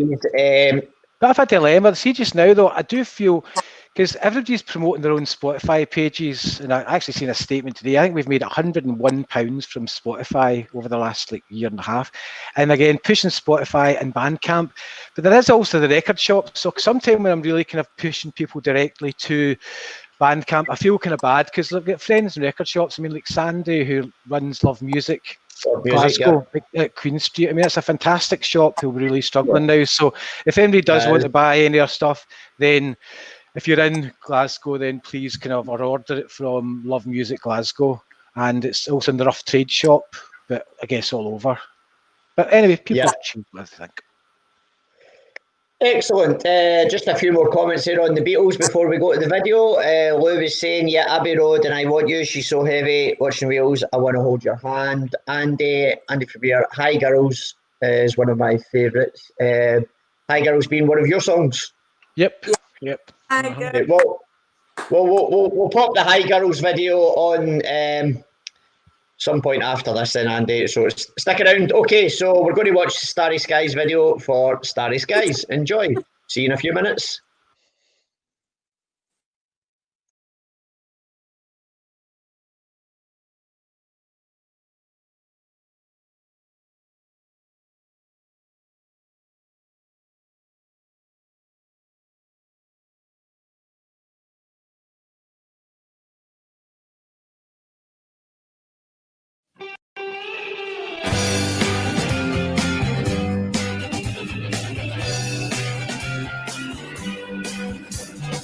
So don't you worry, babe, don't be upset. I'll be loving you and don't you forget. Come up and see me with a ribbon in your hair. We'll go dancing and we just won't care. And if you ever feel you need some love, then gently close your eyes. I'll come running, girl. Sweet love in the starry sky.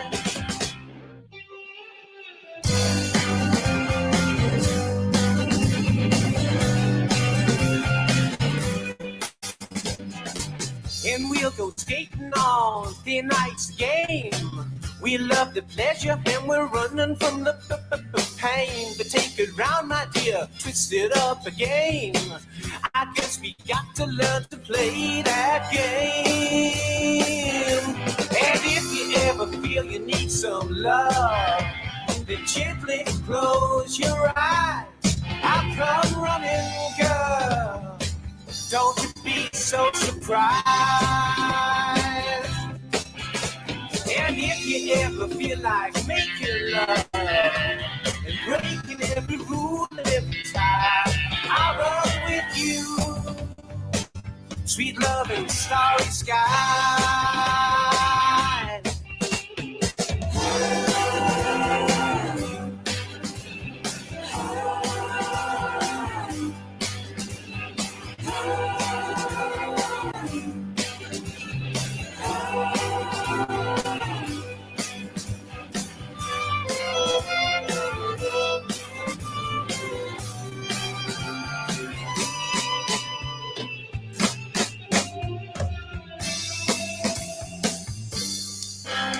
And if you ever feel you need some love, and gently close your eyes, I'll come running, girl.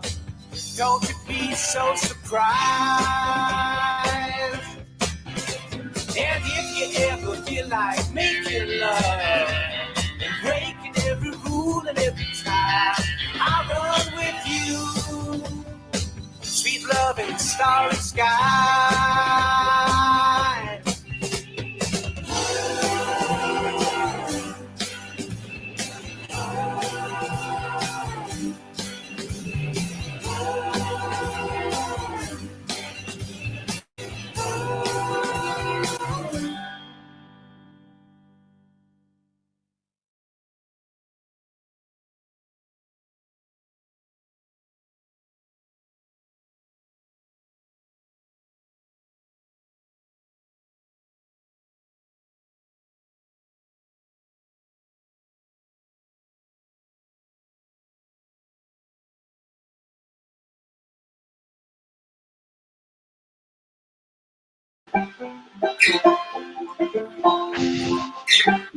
And we're back. That's you. Had a wee duet going on here. I'll just give a share for that YouTube video in the comments. Thank you very much. Ha! And There, David, just look. Adam told me he'd got a banjo. And then Right. one of my neighbours was selling a banjo. So I bought it to see if Adam wanted it. Right. Dead easy to play. Yep. Dead easy to play. Yeah. I'll give you lessons, Adam, don't worry.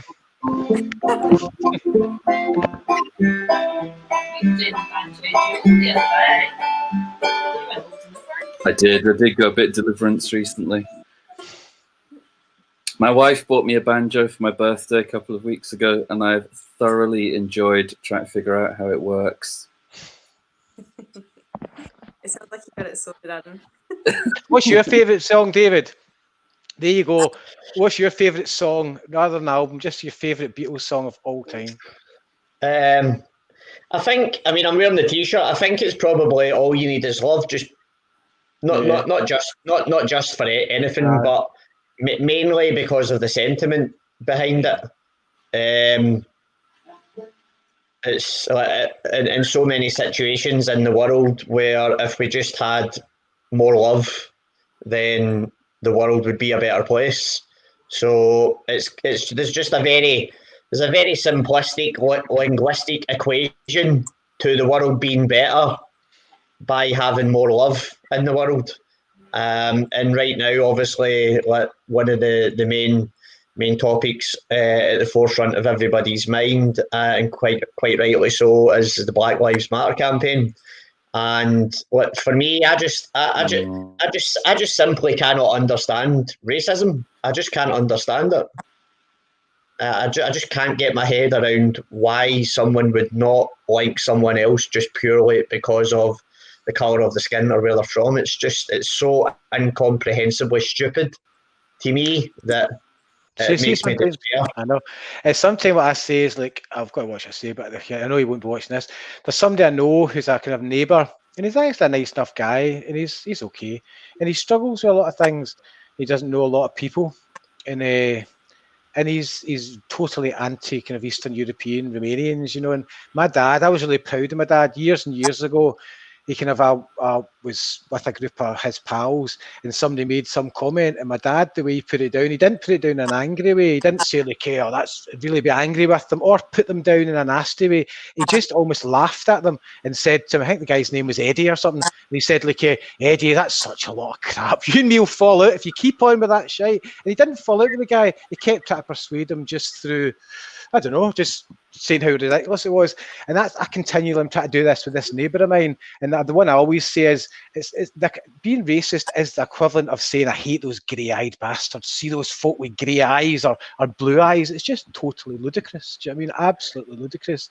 But, I mean, obviously there's more cultural differences than between somebody with grey eyes and another case eyes in some cases, but it's just, I think mostly it's just based in fear. So yeah, it couldn't have come. It wasn't a very good time to come, fucking hell. But then George Floyd was murdered when he was murdered, so it's come when it's come. But yeah, it's pretty. Yeah, people are really angry, and you understand why they're out there. Yeah, it's just. I mean, Stuart Lee does an amazing reductionist take on even just the idea of racism. When he was having a go at some fucking idiot who was running for UKIP, and then he starts off and he's like, oh, like just now it's like, oh, they're coming over here, they're taking our jobs, and then remember when we were younger, and it was like the Indians and the Pakistanis, and then remember in the Middle Ages when those Normans came over, coming over here, showing us how to make tapestries, taking all of our jobs, and then before that, it was the Beaker people. The Beaker people were coming over, and then we had those fucking fish, that crawled out of the sea and came onto the land. Our land. They came onto our land, and then before that, remember in the Big Bang when there was just nothing, there was just a void, and then those atoms came over here into our universe. And that really, like, how far do you want to go back with it? Because and to use the words of like the slogan of my good pal Selena's amazing refugee charity, whose graphic I've got here somewhere in the graphic suite. Refugee, we're all for somewhere, and that's it. We are all for somewhere. Like the last time I checked, the planet was one planet. And we are one Homo sapiens species within that. And if we can't learn to coexist, then the future of our species is fucking in a perilous state. And it already is. I mean, anyway, when you look at what we've done. But I don't want to get on. Do any of you watch Family Guy? Yes, sometimes, yeah. I watched it the other night, actually. Very funny. There's a section in Family Guy, one episode where Peter Griffin...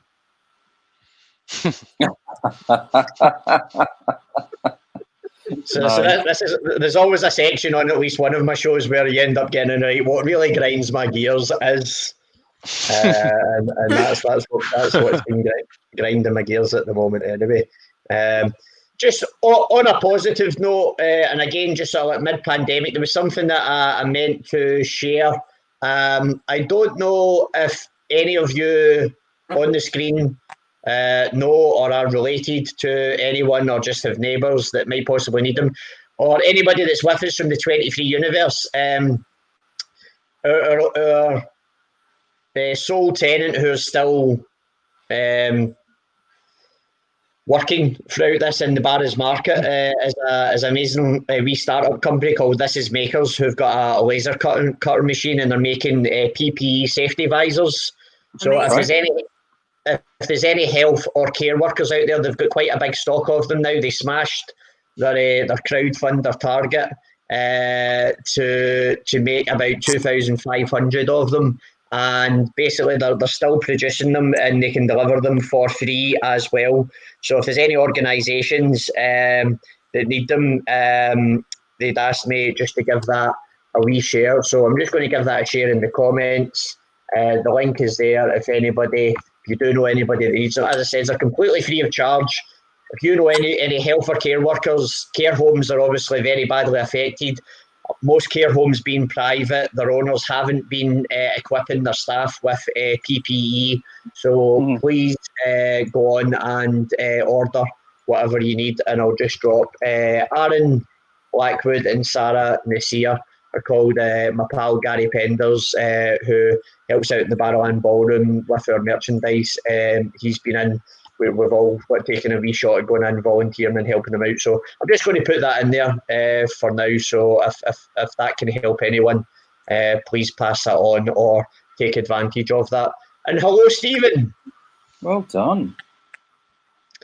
Stephen's joined us, constant follower. Brilliant band. Amazing band. I've first seen them. Tell us about your Friday nights that you do, Warren, at the Tron. Oh, we run a kind of songwriter club. It's called 7 Song Club, and it's 3 bands usually play. They each play 7 songs, so you get the 777, and it's mostly kind of original songwriters. The occasional person plays the odd cover, but it's all kind of great songwriters. And recently we had Constant Follower, who were playing. I'm trying to remember his names off my head. An amazing guitarist supporting, and Magnus Josefsson from Sweden. But yeah, Constant Follower are absolutely amazing.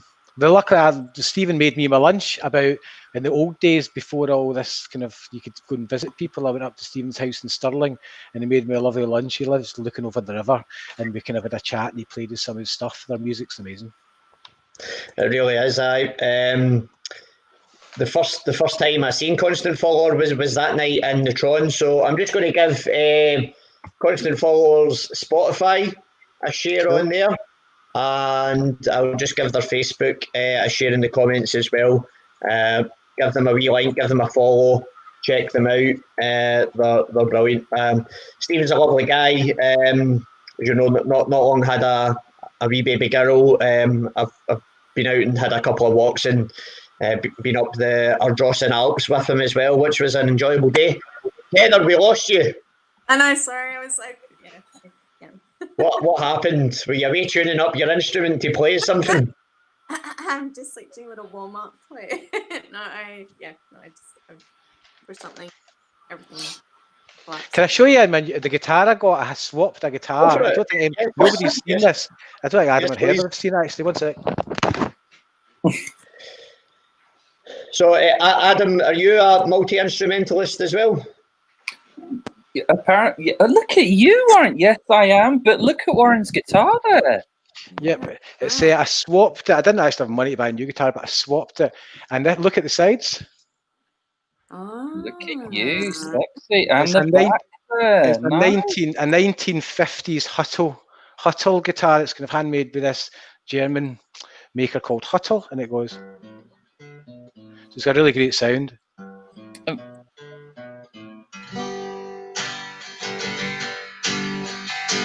It's nice. And what did you swap for that? Oh no, god damn! I swapped a guitar that I got off you. Actually, Adam, I'm just not having great luck tonight. It was the Tanglewood guitar that I bought off you about 10 years ago. I did tell you I was going to trade it in at some point. I think. Yeah. You've still got that other one. I think you've done well there, Warren. That looks ace. Nice. It's cracking. Yeah.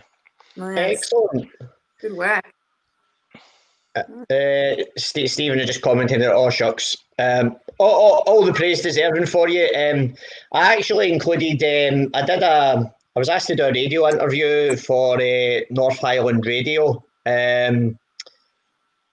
There's a couple of like the Dijon family from Belladrum Tartan Heart Festival come to see us every year. Kenna and her mum Karen Ross. Kenna plays in a band called Gordon James and the Power. She's a really amazing keyboardist, pianist. I actually had her on the first Bad Sunday Sessions online as well, and our mum does it's like a chill out slot on North Island Radio. So she'd asked me to recommend 3 songs that have been keeping me calm throughout lockdown. So I went for. Naturally, I had to go for the governor of ambient music, Brian Eno.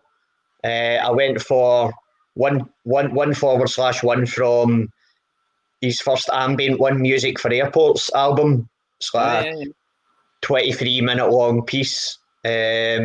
Coincidentally, they didn't play all 23 minutes though. You know that song, Adam? It's just I know that record. Yeah, I know a bunch of those records. Yeah, they're all amazing. So that was my number one. My number two, I then sort of brought it. My doorway into ambient music was actually Aphex Twins selected ambient works 85 to 90, 85 to 90 collection, which unbelievably, like once I discovered Aphex Twin, like I could not believe that he made some of those songs when he was only 13 years old, like just with all analog material. Like the guy, I mean, the word genius is obviously bandied around a lot in musical terms, but no doubt about it, he is definitely and was. He was a child prodigy at piano and was just an absolute genius. He was stripping his piano when he was a child, like his mum and dad would say, and he was doing that whole was it Phillip Glass called it, like a performed piano, where you would put like blocks on the strings to change and prepared piano. That's thank you. So Aphex Twin, and then I decided to go fast forward to somebody Scottish, and the Constant Follower song that I'd shared on the Spotify, Old Shorelines for Nicky. I was just that night in the Tron, I was just completely transfixed and mesmerised by the beautiful sound that they played. Nice. They were brilliant. Should we? You should check out the. I don't know if you know it. The second collection of Aphex Twins ambient works. Yeah, got it as the well. Triple album is beautiful, so lovely from beginning to end. It's killer. Do you know Richard D. James? To give him his real name is a synesthete. He's got synesthesia. Oh, is that right? Okay. So he sees sound or hears colours or something. Yeah. So see if you pull out his Selected Ambient Works Volume 2. Yeah. See all the song titles are like kind of like different shades of the colour that the songs to him he sees. So when he hears sound, he sees a colour as well. Yeah, it's all those little photographs, isn't it? The track listing. It's all those little circular photographs. That's right. Yeah. Jim Reid from the Runanes. Thanks very much for tuning in, Jim. Jim and the rest of the Runanes, Debbie, Lindsay, and Lindsay were previous guests on the 23 podcast show. Stephen showing the love there. Need to hear some new music from you soon as well. Stephen, would love to hear some new music from you. Stephen also recommended another amazing ambient guitarist, if that is the right way to describe what he does. Scott William Urquhart. Yeah, that's who I meant, David. That's the name I was trying to remember. He's absolutely fantastic. Just one guy just sitting himself. It's no vocals, just guitar, and it's just phenomenal. Brilliant. He is. I will give his Bandcamp a share. Scott William Urquhart has been just what an incredible, do you know you're just so overwhelmingly happy when somebody introduces you to new music that's just so fucking amazing. I'm not even going to apologise for using the expletive there. Please check out Scott William Urquhart. Just this guy's guitaring, just him and a guitar, as Warren says, no vocals. It's so beautiful. It's moving. It really is. Check out his Bandcamp there. I'll give his Facebook that share. There's a question for you, Warren. Hi, Roger.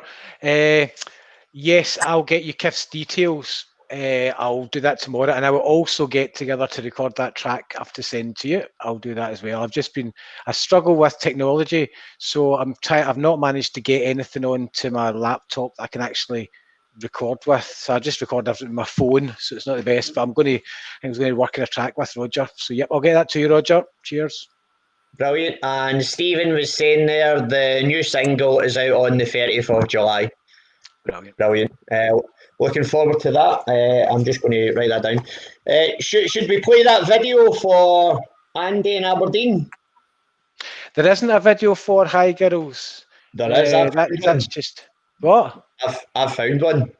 For totally Hi, Christ, so there is. It's a live performance. Oh, this could go anyway. It's brilliant. I mean, it's funny when people do that. When people just film you when you're playing and then put it online, it's kind of really good. It's really flattering. And I think it was Brian Doig, a good pal, who done that. He's a lovely guy, Brian, Madison music fan. But yeah, but then we hear all the bum notes. I think that one's okay. I don't know. Go, put it on, David. I don't know. Let's Sure. gamble. Yeah, let's gamble. Okay. So this is for Andy in Aberdeen. Yeah. Okay. Andy in Aberdeen, this is for you. This is a live recording of Starry Skies Hi Girls. It was uploaded on the 6th of January 2019. Recorded in the famous Bungalow Bar in Paisley on October 25th, 2018. Warren McIntyre, Heather Phillips and the band are joined on stage by producer Johnny Smiley and singer Monica Queen. It's 3.5 minutes long, so here you go. So Roger was just replying, no problems, cheers. Right, Andy, let's go. We're going in. We're going in. It's going to be amazing, Warren.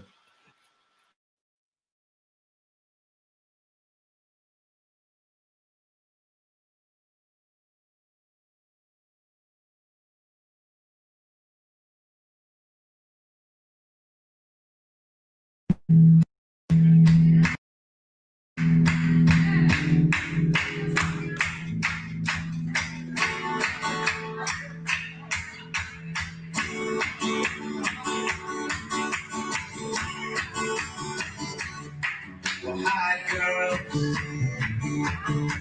Well, hi, girl.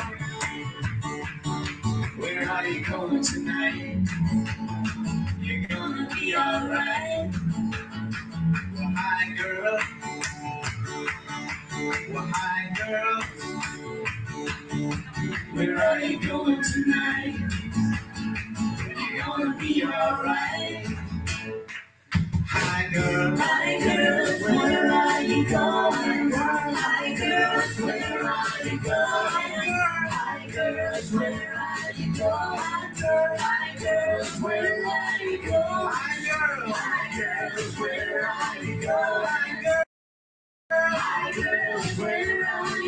Hi, girl. Hi, girl. Where are you going? Hi, girl. Hi, girl. Where are you going?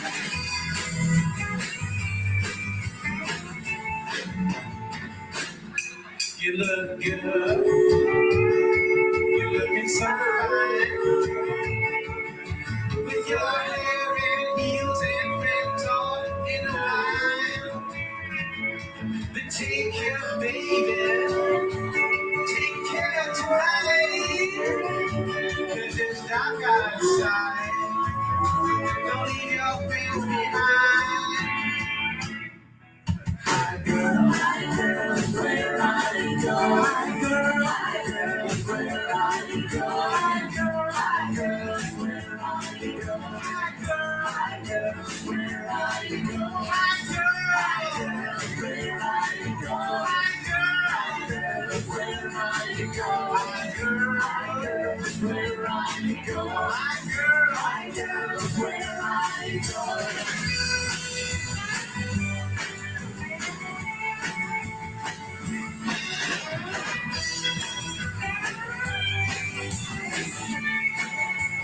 Get higher, baby.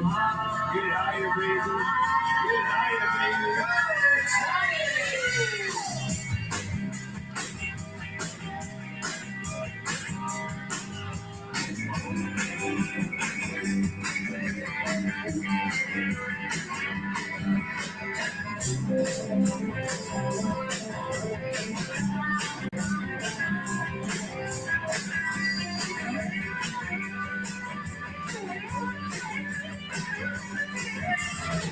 Hey, baby, how's it going? You're looking so fine tonight. Come on, let's smile. And not near the happy. Come on, baby. I go back and we say, I know you want to, and I'm sure you're like, girl. Yeah, you know that, and you say, where are you going? I know, where are you going? I know. Where are you going now? Hi, girl, where are you going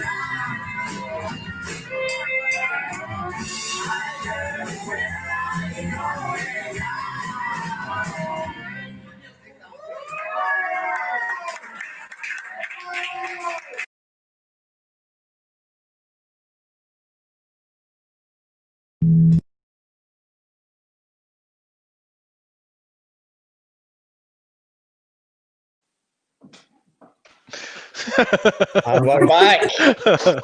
Adam has left in embarrassment. Right. He's left that soft toy. I'll just give that video a share there in the comments. Oh. Maybe against the better judgment of the band. But no, listen. Sometimes you see some terrible live recordings just done by people out in the crowd, but I think that's a good one. Oh, right, thank you. Thanks. Brian is a great guy, so yeah. Yeah. And contrary to what you were saying earlier on, Heather, you can sing. Oh no, that's Monica. That's Monica that you can hear. Heather sings quite a lot, and Heather from sings Monica loads actually these and days. I'm just standing next to her going. Miming along. We've got a question there. Who played bass in Bill Cameron's Wallet with me on guitar in Vox 1986 for school band? Oh, Andy's away.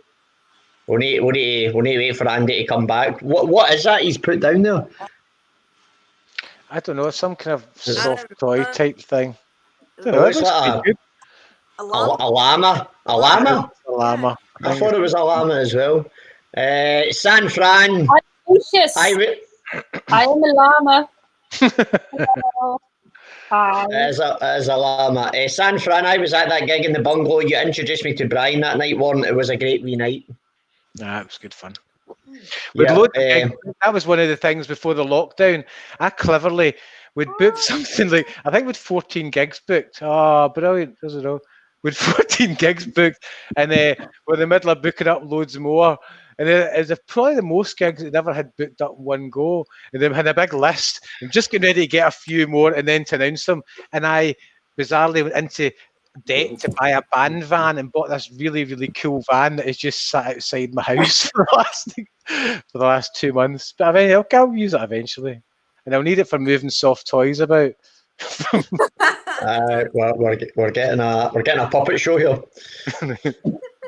You'll need those soft toys for the puppy anyway when the puppy comes along. Adam, you have to come back on. No, we can't.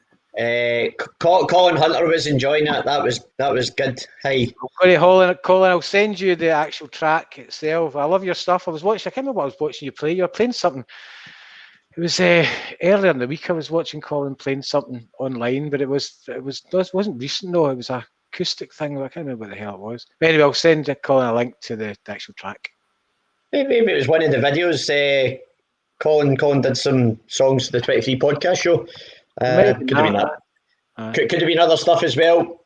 Colin's got a lot of content across the internet. Some that's behind a paywall on his OnlyFans account. I'm joking. That's not true. That's very disappointing.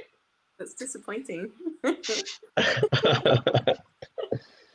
do tell, Heather. What have you got to say on that? Wow. You need to be careful. You're a teacher, remember. How's Adam? Are you a teacher as well, Adam? Hi. What do you teach? No, well, I do some teaching at Glasgow School of Art.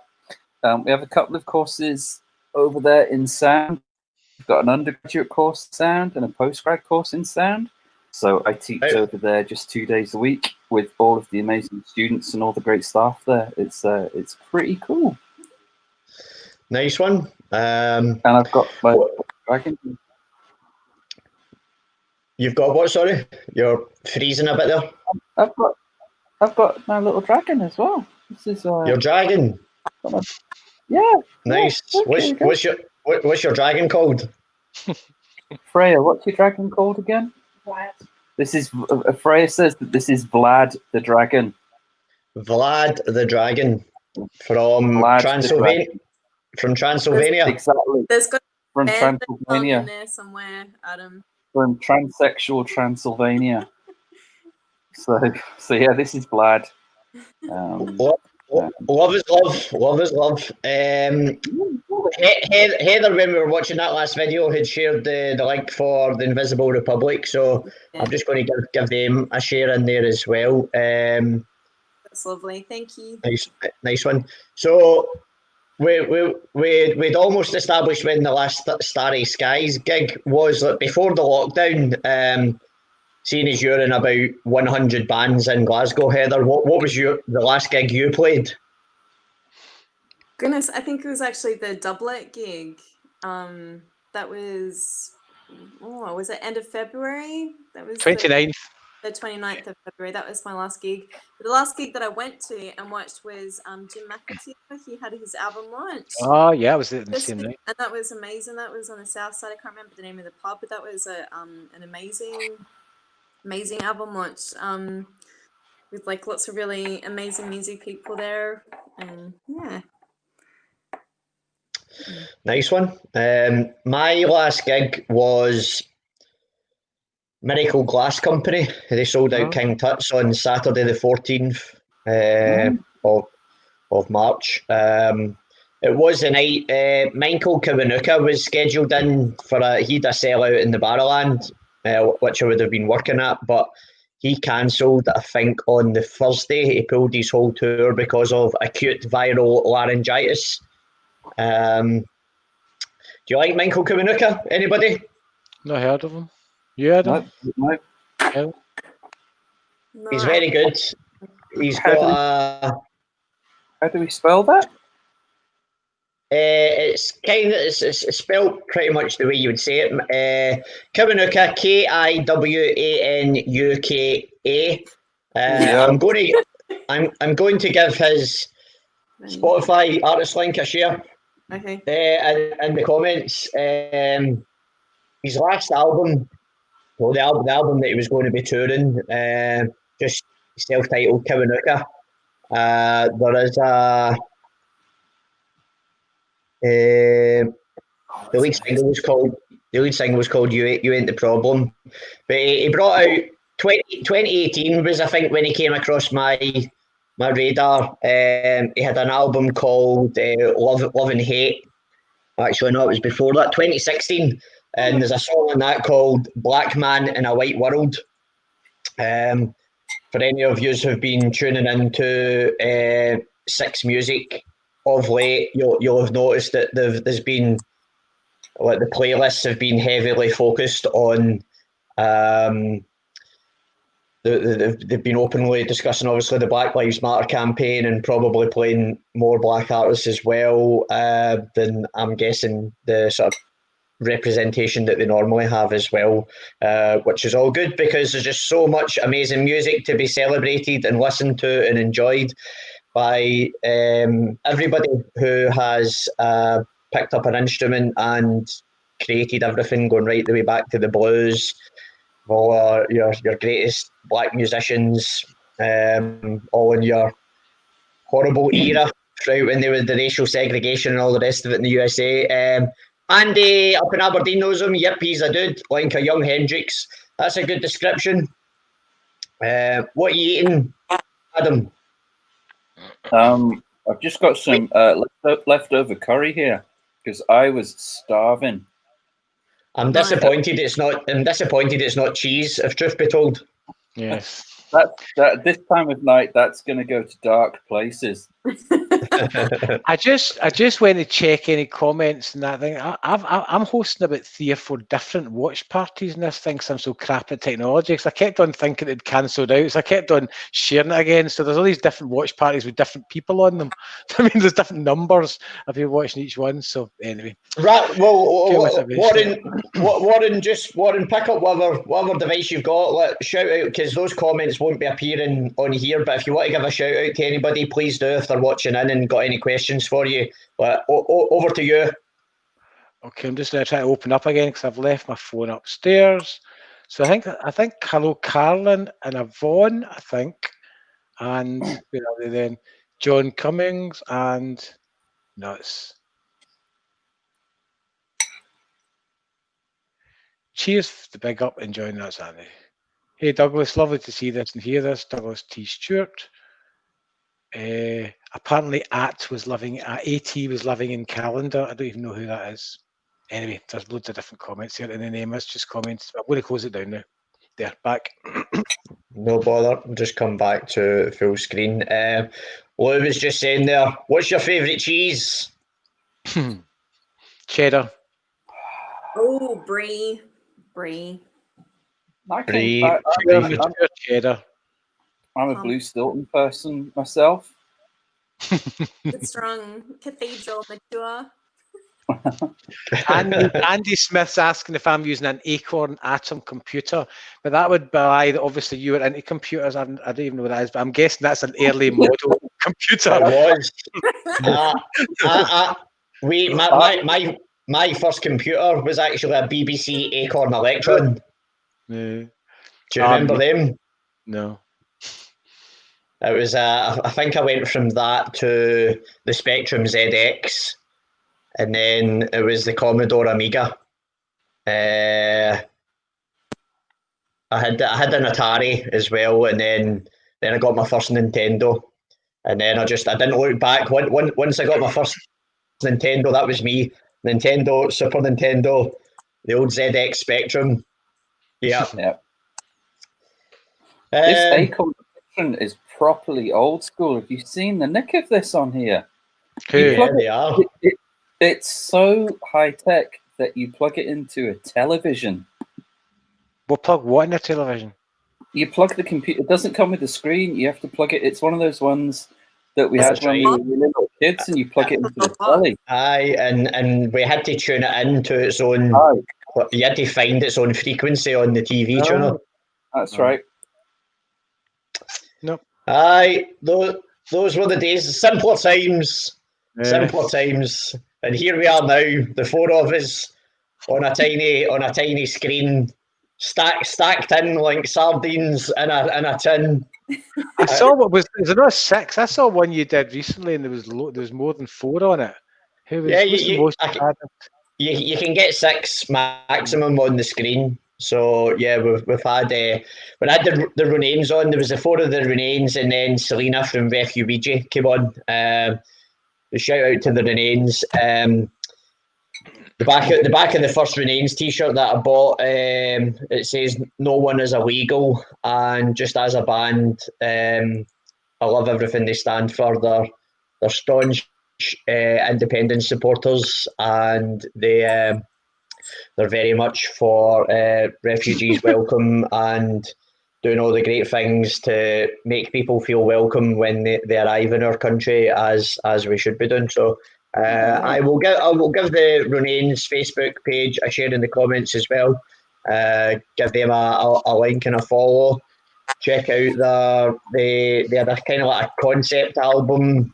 Well, their album had a theme. It's called Sex, Drugs, and Life on the Dole. And it's a brilliant album. Check it out. They're an amazing live band as well. Debbie, the lead singer's got an amazing set of pipes on her. Andy's saying watching one guy eat curry. Yes.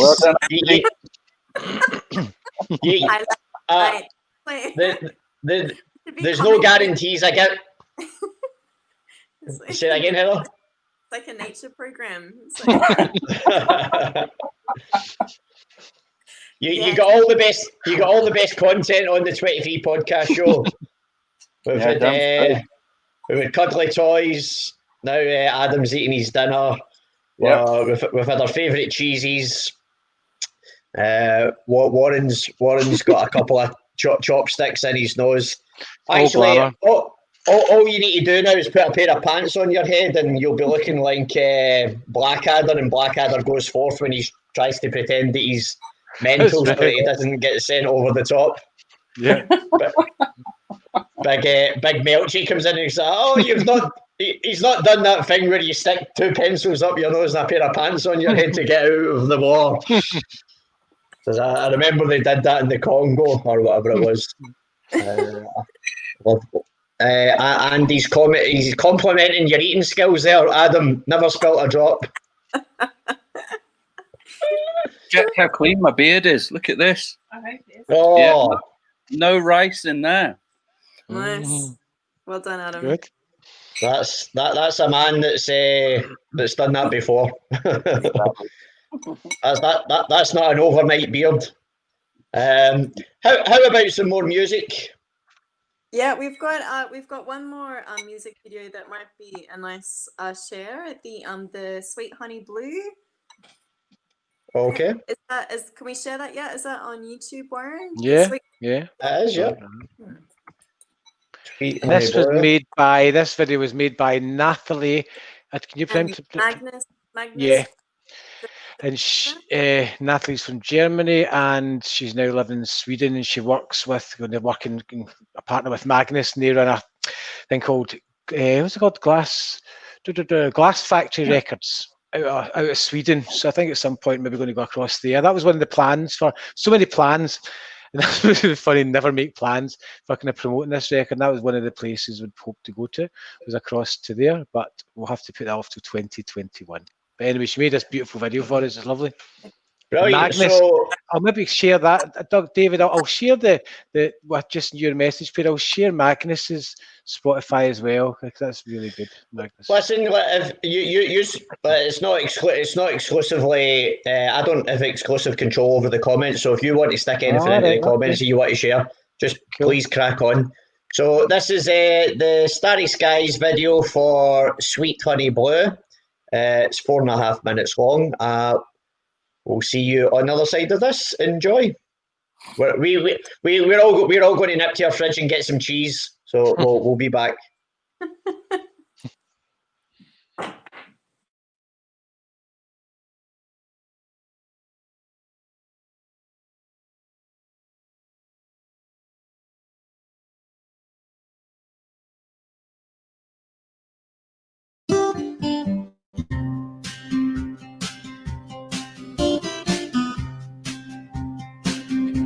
Sweet honey blue, I've been thinking about you.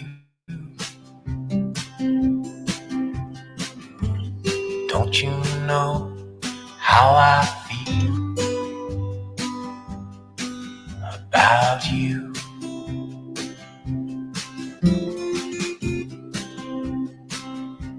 It's been a long time, and we've drifted apart.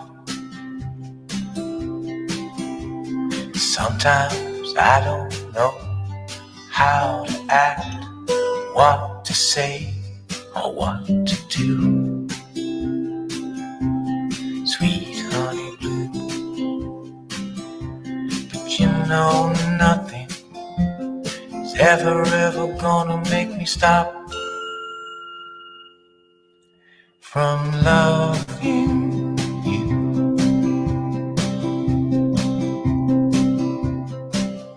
And nothing is ever gonna change the way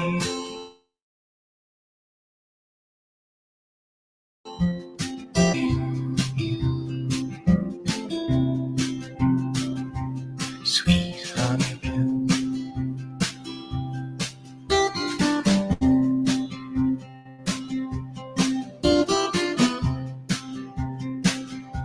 At night when you dream, flying away from the broken heels on your shoes, sweet honey blue.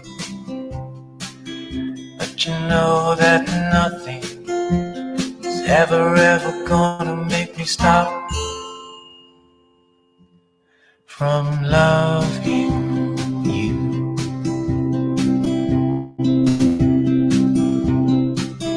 And nothing is ever gonna change the way I'm loving you. Sweet honey blue. Sweet honey blue.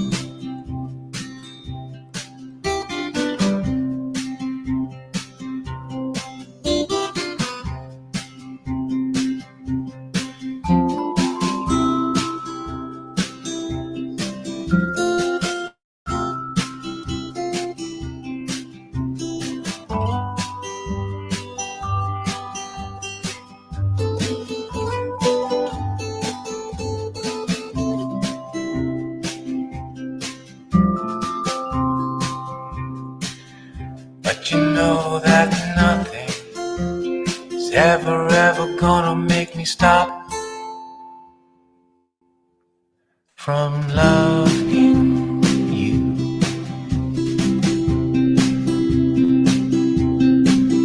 And nothing is ever gonna change the way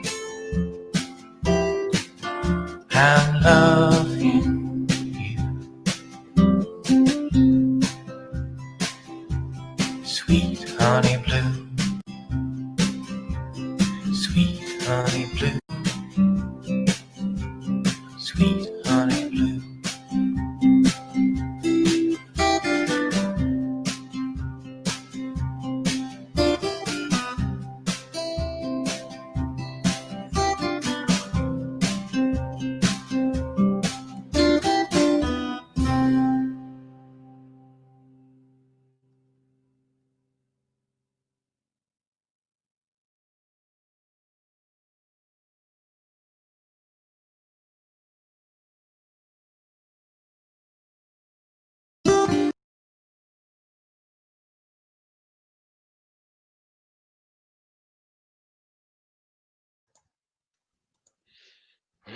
Nice props, Adam. Lovely stuff. Lovely stuff. Just give that video a share in the comments there as well. Loving your work. Stephen McCallan, really fucking love this song. Incredible, great video too. Nice one. Thank you for that, Stephen. You got some cheese, Adam? Right here. Some big boom. Right here. So there we go. Big cheese. Lou said that was a beautiful song as well. Nice one. Yep. We could go all partridge with it now. Do you like cheese? Smell my cheese. Smell my cheese. Smell my cheese, you mother. I've actually got quite a cool Alan Partridge meme to sum up this year.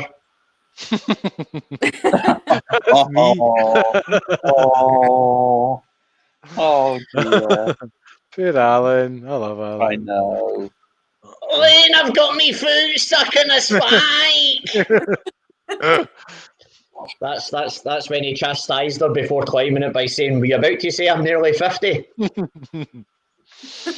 Oh, he's class. She was, Alan. She was, and you should have taken the warning. Lynn knows best. Don't try and climb fences with big spikes on them, especially not before you're about to do a conference. Who was that for again? He went in and he still did it. It was like a sales conference or something. He was giving a talk at, wasn't it?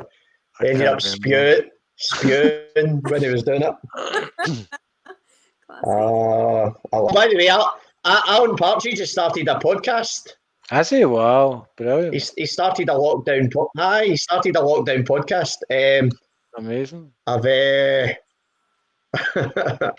got the first. It's going to be an Audible, but he's put the first episode out for free to basically prove that if you listen to it, then you'll want to get all of it. And then, like, he kind of just says, if you still don't get me by now, then you won't get me. So just fuck off, type thing. Not in those words. Not my words, but the words of Top Gear magazine. David, you could present a cat. Oh, I know what he's referring to there. That's you stroking the cat when he's waiting on Roger Moore in the very first. Right, okay. Serious. Aha, Mr. Bond. I'd been expecting you. Which I had. Oh, wait a minute. Come on the phone. Roger! Roger! Roger!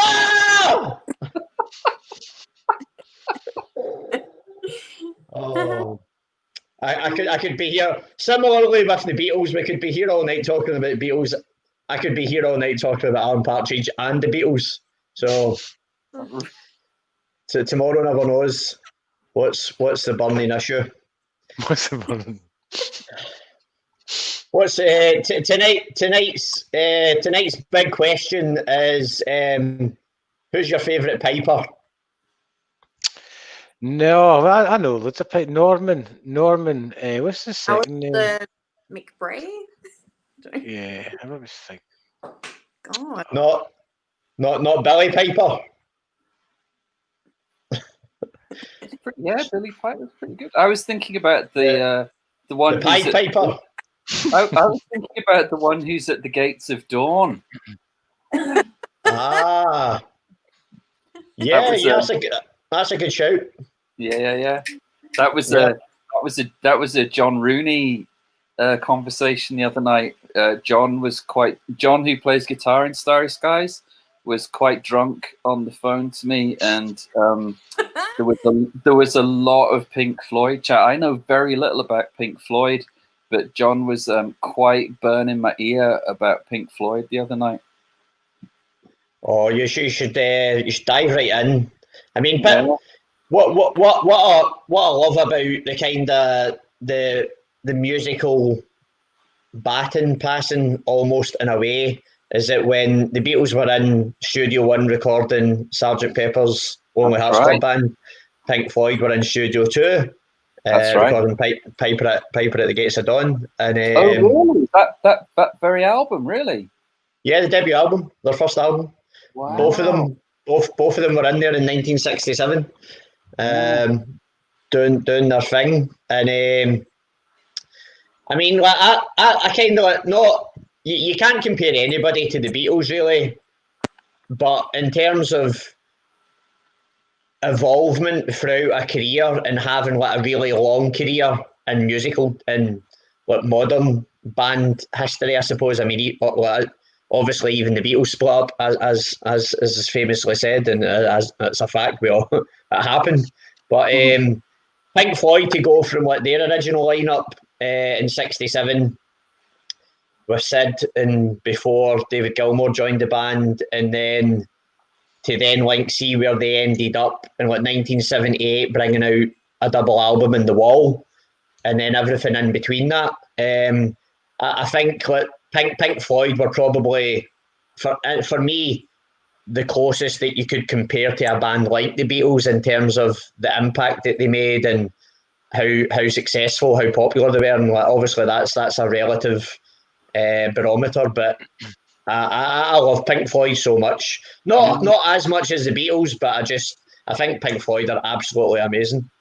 Yeah. I only really know that album Ummagumma. I was telling John, it's like that's the only album I really know. It's quite a crazy record. It's really great. Right, Adam, after this, please promise me, listen to Dark Side of the Moon. Okay, I'll try. What do you can I watch it? Can I do it whilst watching The Wizard of Oz? You can, yes, yeah. That video is online. I once watched that on LSD when I was younger to get the full effect, and it certainly complemented the set and setting. So yeah, or just eat some cheese, eat some Stilton. Just the same LSD, just the same as acid. Just eat some Stilton. So I found it right here. Yeah, it's is that a Spanish YouTube channel by any chance that's sharing the one that you found? Someone called Rolf Renton is sharing. I think that one. It's been watched 1 million times, so it's clearly popular. It is very popular. Andy was saying there, have a blast of Roger Waters' solo albums as well. Yeah, particularly the most recent one that he done with the Radiohead producer Nigel Godrich. Nigel Godrich is a great producer. I mean, like, oh man, he's made some great records. He really has, and I mean, like he's almost like the sixth member of Radiohead. Like, exactly. George Martin was like the fifth member of the Beatles, but Radiohead for me, like, I sometimes describe Radiohead again, like, in terms of like where they went from like Creep and Pablo Honey to the last album, King of Limbs, not King of Limbs, a Moon-Shaped Pool. But I mean, all their albums in between I think Radiohead are a combination of the Beatles and Pink Floyd of our generation. Don't know what's your thoughts on that? I'm still just on Nigel Godrich at the moment. Have you listened to the albums he's done with Tom York solo? So what's the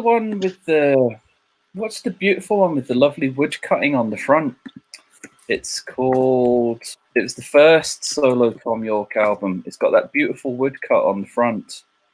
Let me just look that one up. What's it called? You must know. You seem to me to be. I'm trying to. It's the Eraser. The Eraser. The Eraser is a great record. It's really fantastic and a beautiful cover as well. But that's a great record because I can be a bit kind of hot and cold with Radiohead, but I remember hearing that the Eraser and being pretty blown away by that album. That's a really great record. Beautiful. I love some of the Beck albums that Nigel Godrich has made as well. There's a lot of Beck records there. Yep. Beck's my favourite Scientologist. Is he? Oh, I didn't know he was a Scientologist. Did you not? No. I'm gonna throw one in there as well though. Is it Billy Sheehan, who played bass with Dave Lee Roth in the 1980s? I think he might just edge it out against Beck for me with favourite Scientologist there. Okay. Yeah. Check it out. Eat 'em and Smile by Dave Lee Roth with a Scientologist on bass. It's killer. Okay. Well, I think we've established tonight's hot topic. Who is your favourite Scientologist? Let us know in the comments. Mine's Beck. I've just looked up and mine's definitely Beck. What happens if you Google your favourites? Who is my favourite Scientologist? Let's find out. Heather, you're not getting out of this one. Who's your favourite Scientologist? Well, I only know two. I know like Tom Cruise. Right. Okay. And Beck. Definitely Beck out of the two. Did you have posters of Tom Cruise up in your bedroom wall when you were younger? Yes, I did. Many. Really? No. No. No, it's no. Who was your teenage sweetheart?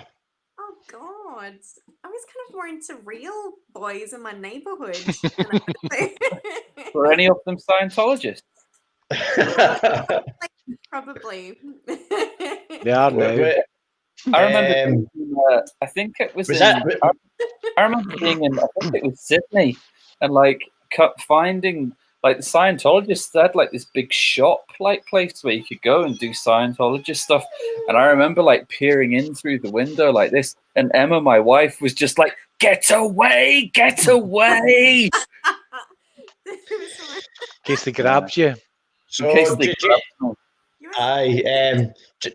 just to reinforce a cultural stereotype here. So you grew up at Home and Away Bay, didn't you, Heather? Is that right? Again, yes, with them. In my bedroom, clad with Tom Cruise. What was the name? What was the name of the cul-de-sac again in Neighbours? Ramsey Street. Ramsey Street. That was it. Yeah. There we go. That's as much as I know about. Do you know Kylie Minogue, Heather? Do you know Kylie? Yeah. We did school together. I thought so. Really? He was a little bit older than me, but yeah. We were pretty tight. All right, were you in Danny's year then, the younger sister? That's right. You must have been there. You know your stuff when it comes to Minogues. I forgot. I went to school with someone famous who was in. I don't know if you got the show he called Heartbreak High. Heartbreak High. I love Heartbreak High. Emma is over here going Heartbreak High. I love that. I went to school with Anita. So Anita was she was the cool, sexy blonde chick, and she was 2 years older than me. Yeah, it's cool. Anita? Yeah, Emma's over here going, yes! Anita from Heartbreak. There's a whole thing. Do you want to talk to Emma for a while, maybe? She's in her pajamas. I'll fire through some of these comments. Barry was away. He's back. Thanks for coming back. Howard Marks was a fair piper. He was indeed. He was. Thank you. Adam, have a blast of Roger Waters. Yeah, Lou was also saying Roger Waters solo album. She loves him too. Patsy saw Floyd in Germany. Hockenheim ring, best gig ever. The Aussie Floyd put on a spectacular show too. They do indeed. I'm sure I've seen the Australian Pink Floyd maybe at the Barrowland back in the day. Just commented. Alex, whoever you are, you're quite drunk, mate. Andy Smith, Isaac Hayes. Was that who's your favourite Scientologist? Isaac, was he Shaft? Who was Shaft? Yeah, Isaac Hayes was Shaft. Isaac Hayes. Right, so he was a Scientologist. Well, there you go. Big John Shaft. No. Was a Scientologist before it was cool when Tom Cruise and all John Travolta and the gang. They all jumped on. Got it. I don't want to know. Adam, Andy wants to see the other half of your big cheese. I don't know if that means your legs or the pedal. I'm not sure. Is that a euphemism, Andy? I know. So Andy, you can't ask questions like that, Andy. Ofcom will shut us down. I think it's probably the pedal. Really? The joys of the internet, where we can kind of just really do whatever the fuck we want. In a good way, obviously. Well, let's see if Andy follows that up, just so we're clear whether he wants to see the pedal or my legs, or maybe he wants to see both. Actually, his better half. Oh, yeah. Emma's left a comment, Andy. Andy, right. She left a comment saying she's in her pajamas. She's not. No. Emma's not having this. Emma doesn't. Hello there, Emma. Hi, Emma. Hi, Emma. Yeah. Hi, Emma. Everyone's saying hi. Lou's asking if Gwyneth Paltrow has won yet. Who knows, Lou? Who knows? She in a belief and. Why would she be one? Is she married to a Scientologist or something? Or well, Gwyneth in her statement when she separated from Chris Martin from Coldplay, that's right. She officially described their separation as being a decoupling. That's right. They decoupled.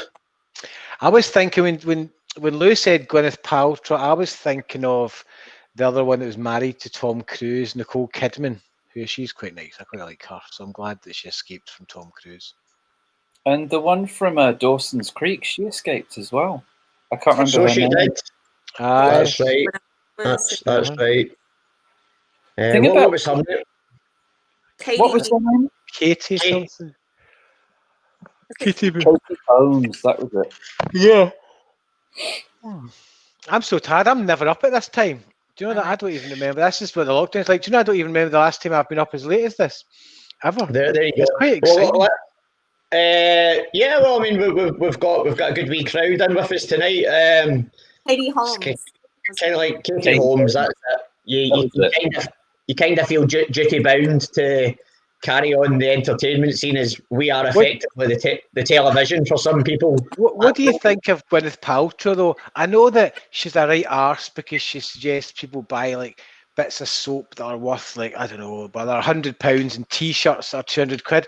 But there's something, despite all that total nonsense she does in that goop, but that's something about her that I quite like. She knows everybody's taking the total piss out of her and thinks she's an arse, but she just keeps on doing it. And apart from the whole rich thing, there's something about her I quite like. What do anybody else think? Does everybody hate Gwyneth Paltrow or dislike her the way everybody seems to? Emma's over here saying she's a great actress. Yes, yes. However, go on. Her portrayal of women, what women should be via goo, is reprehensible. Can you hear this? Yes. And nobody should be sticking onyx eggs up their foo-foo. They do not belong in a lady garden. Yep. So yeah. No matter what he says. Okay. I missed a bit. What is she sticking up her foo-foo? A jade egg. You can get these. She sells like spiritual crystals that if you're a lady, you can insert them inside yourself and find your inner way. Wow. Is Victoria Beckham been doing that as well, or am I conflating two stories somehow wrongly? It falls apart. I think Gwyneth's It sounds probable. But I didn't realize she was doing that. I knew Gwyneth is like heavy into like healthy living, like extreme healthy living, but that doesn't sound very healthy. That sounds like she's kind of gone a bit over the edge. Yeah, I mean, she is a good actress. She was phenomenal in Seven, even when she was decapitated. Sorry, I've just given a spoiler for anybody that's not seen. I've not seen Seven. Never will now. I know what happened. Don't watch it. Don't watch it. It says on the comments here, apparently she has a candle that smells of her lady bits. Oh, she did. She released a candle for sale for about 40 quid. It was called something like, "This candle smells of my vagina." I thought that was brilliant. Honestly, I just thought that was like just such a funny thing to do. I mean, it's like, when I worked with a guy, if a guy had brought out like a candle, like, "This candle smells of my dick," just like fucking nobody would have bought it. Well, certainly not. I wouldn't think. But anyway, that's another matter. There's an idea for some merch there, Warren. You're right. Actually, candles we can smell like. Yeah, exactly. Well, actually, talking of candles, I have to give a shout out to one of our regular viewers on the show and a friend of mine, Bob Milne through in Leith, because Bob actually got 2 candles made for me. What can you smell them? Can you smell them? Do they smell of your vagina? No. One's Alan Partridge's bouncing back. So this one smells of pulped paper and disappointment and shattered dreams. And the other one, he got our logo and he made a wee 23 podcast show candle for me. If anybody else wants to send me gifts, I'm easy. But please don't send me any candles that smell like your lady garden or your man cucumber. You're so polite. It smells like cheese. It smells like candles. So David, have you ever used that expression "man cucumber" before? Never. I just wondered. It's a new one that'll carry. I don't think it will be a matter of time before that's in common usage. I think that term certainly if I have anything to do with it. That's genuinely. I was thinking lady garden man. Or a cucumbers in a garden. Yep. So simple word association. It works every time. It does. How about some more music? Listen, I am conscious of time, so like whenever you guys want to wrap up, just let me know. All right. Well, I know you've got school tomorrow, Heather. Yeah, I do need to skedaddle in a bit. We have like a last banjo medley starting with do that. Yeah, do it, yeah. Remember there's latency though. The latency. Yeah. The latency. So we can't play together. There's only one person that can play. Oh. But might be great. Yeah, they're playing a wee ukulele song. No? Another. Oh, well, I don't. You didn't look overly keen. Is there another music video that we could play? Like, is there like another video maybe, I don't know. What about a Sister John or a Gracious Losers? Or Put on The video for the what about the video for the Northern Soul Dancers? Yeah. That's a brilliant video. One by Sister John. Yeah. Right. So okay, what am I searching for, Sister John? What? I'm the One. I think it's called I'm the One. Is that I'm the One, Heather? Yep, I'm the One. It's Sister John. Yes, and this was filmed by a really wonderful photographer called Brian Sweeney. He makes lots of amazing music videos and takes beautiful photographs. And he's been doing a lot of work with Last Night from Glasgow. Recently, as part of kind of a lockdown of initiative, he's been going and photographing. Yep. Yes, photos are amazing. They're amazing. Yeah, he's just been going around and photographing lots of musicians who are in lockdown and just kind of getting them in their home.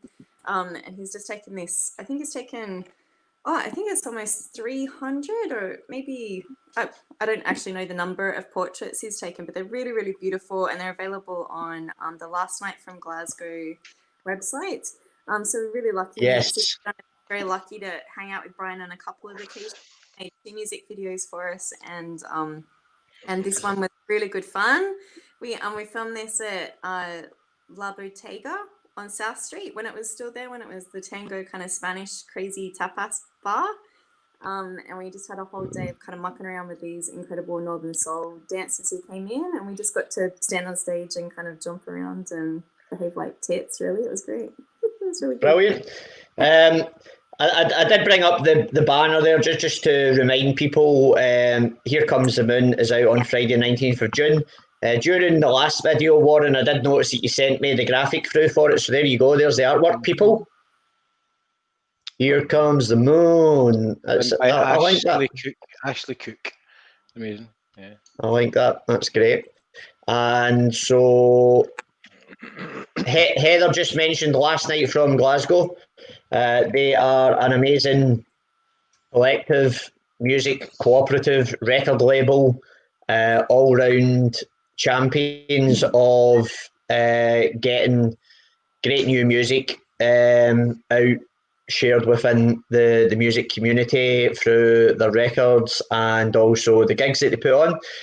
Shout out to Ian Smith and all the team there. They do some brilliant stuff. I'll give the Last Night from Glasgow website a share in the comments. So it's Sister John, the Gracious Losers, they're on it as well, aren't they? Zoe Bestel, she's on it. Medicine Men's new album, who were previous guests on the show. We had them on when their album came out. A few Cloth, I really did. Cloth, yeah. So many great bands. Slime City. Just rattle through a few comments here before we watch the video. That's Nigel in LA. He just bought 4 candles. There you go. Andy, I'm on the isolation pictures. I'm well chuffed. Brilliant. Okay, so we're going to watch a Sister John video here. It's just under 4 minutes long. We'll see you on the other side of this. We're just going to sneak off to our fridges and get some more cheese. So more cheese. See you back in a few minutes. More cheese, grommets. More cheese, grommets.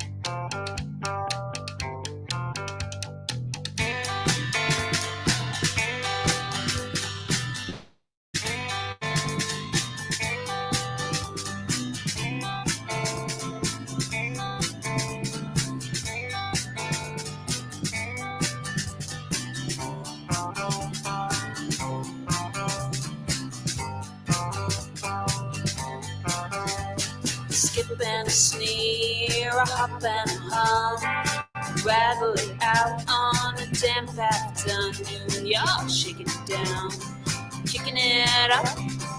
Pierces like love, never give up.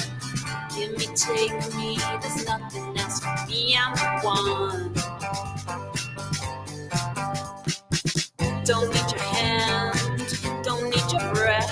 Don't strike up the jet, you're bumming to death. The flick of my hair, stamp of my toes. I'll be the one that everyone knows. Give me, take me, there's nothing else for me, I'm the one. Why do you do it? Give me some love. Why do you do it? Give me some love. Why do you do it? Give me some love.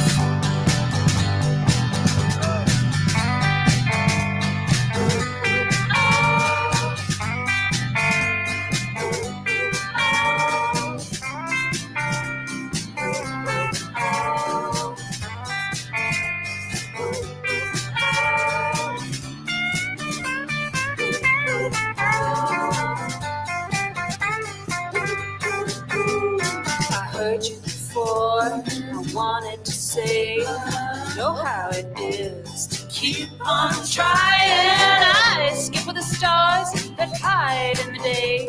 I can't be enough for this world that is made. Give me, take me, there's nothing else for me, I'm the one. Give me, take me, there's nothing else for me, I'm the one. Take me, love me, hate me. Give me, take me, pinch me, wake me. I'm the one.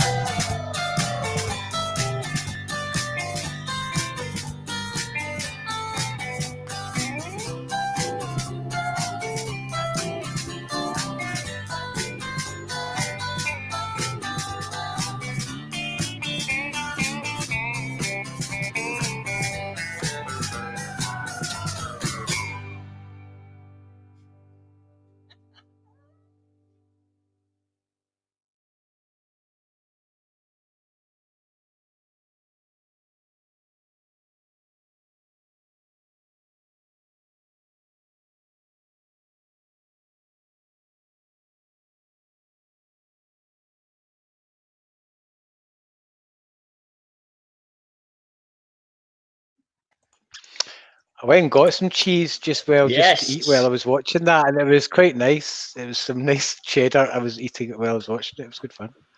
I'll give that video a share. That's on the Last Nights from Glasgow YouTube channel. Give them a subscribe as well. I do believe I've got the Sister John Facebook page up somewhere. There we go. I will give that a share. Thanks, as David. well. You're welcome. Please give them a wee link as well. Along with, I think I'd lined up the Gracious Losers. Is a wonderful, and yeah, everybody else. Got the Gracious Losers as well. Give that a shout. So yeah, what's Heather's a full-time teacher and a full-time musician. In our part-time hours, where do you find the time, Heather? I've often wondered that about you. Have you cloned yourself? I don't know. It's I think there's just always it's not making music. I endlessly feel just really lucky to be able to play music with people. For a long time, I was just playing in the house along with like CDs and like along with like the radio, and so it's just a real joy, and it's like it sounds a bit wanky, but it's like a real privilege to be able to play with such amazing musicians like Warren and with Adam, Manza, Jonathan. Lucky you are. Lucky, Heather. Lucky. I'm so lucky. Lucky white Heather. Never feels like hard work at the end of the day to turn around and go on to rehearsal. Like after, like I really love my day job as well. I wouldn't be I didn't love Feels teaching. like hard work going to rehearsal when she knows I'm going to be there. Well, I'm just glad practice. you're an art teacher, Heather, aren't you? Yeah. Yeah. I mulled over for a while going to the art school when I was younger. My dad, shout out to Jim. He's like, without any bias, like he's genuinely the greatest artist I know who's still alive, like in terms of just like what he can paint and sculpt, and just across your whole gamut of pencils, pens, acrylics, oils, watercolors, pastels. You name it, he can do it. As a road man, David, yeah, you're road man.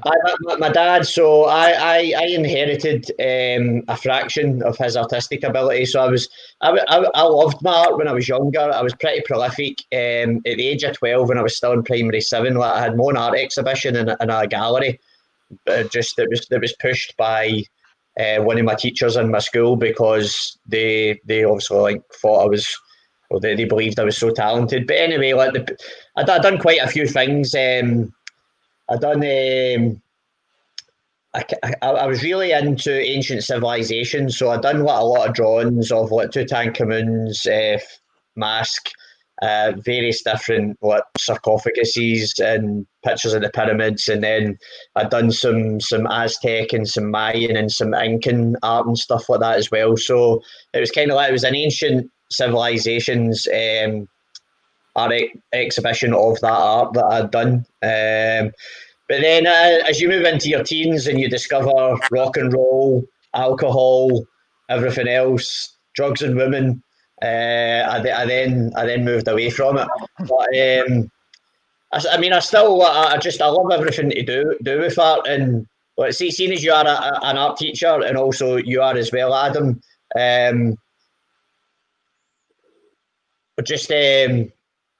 John was just chipping in there as well. Hope you guys are all good. Lovely seeing you here. I concur. Jim is a great artist, as where are you, David? Back in the day, and I think there's an element to our band that's very Dadaist. And if you know our band, then would you agree with that from an art teacher's perspective? Yeah, totally. Like the performance art side of it, and very much so. Like it's the whole kind of package. Yeah, I think it's good to try. I mean, the Beatles obviously inspire us so much as well, and in terms of like when they quit touring, and then things obviously did become more of a performance of their videos, and it was more of a spectacle, and they're obviously doing everything at a very heroic level in terms of just upping the ante, audioly and visually as well. So yeah, it's the Beatlemania continues as far as I'm concerned. It's really strong in all of your stuff. It's like it's a real experience. It's the whole aesthetic experience going to see you guys perform. It's not just like you have a look, and there's like kind of theatrics, and there's like a show to kind of watch as well as great music. So. And I'm missing it so much, as I'm sure we all are. But there you go. Mm-hmm. There you go. Picture of you on the internet here, David, looking particularly hunky in your yellow vest top and your yellow maracas and your yellow sunglasses. You are. There's some heat coming off my screen here. I'm just saying. Sure. Are you on my OnlyFans site? Exactly. How did you get past the paywall? You're getting premium content there. I didn't see your credit card details come through for that. No, sorry. Buy these candles. This is why I get sent candles. Check this out. Now check it out, right? I've just clicked on it here. I can actually buy this image for my personal use for $11.99. If I want to put it on my website, it will cost me $35.99. And if I want to put this image on television, it will cost me £239.99. Where are you? Hang on. Are you getting this money, David? Or this money that people are getting pictures of you? Here's the link here. Hang on, check this out. Here we go. Drop the link in our private chat. Right, it's right there. Just share the screen. What the hell's going on here? It's one of these. Do you know? This has happened to me before. It's one of these like photographic agencies. Like, what's the really famous one? They always take loads of pictures at gigs, and they've got some of me on there. And yeah, you can buy these photographs. They take photos of. Yeah, there you go. This is I need to share this screen with you, John. If you're still on, John, somebody's selling our bloody images here. Wait until you see this. Yeah. This is not fucking on. Look at this. Oh, that's capitalism, David.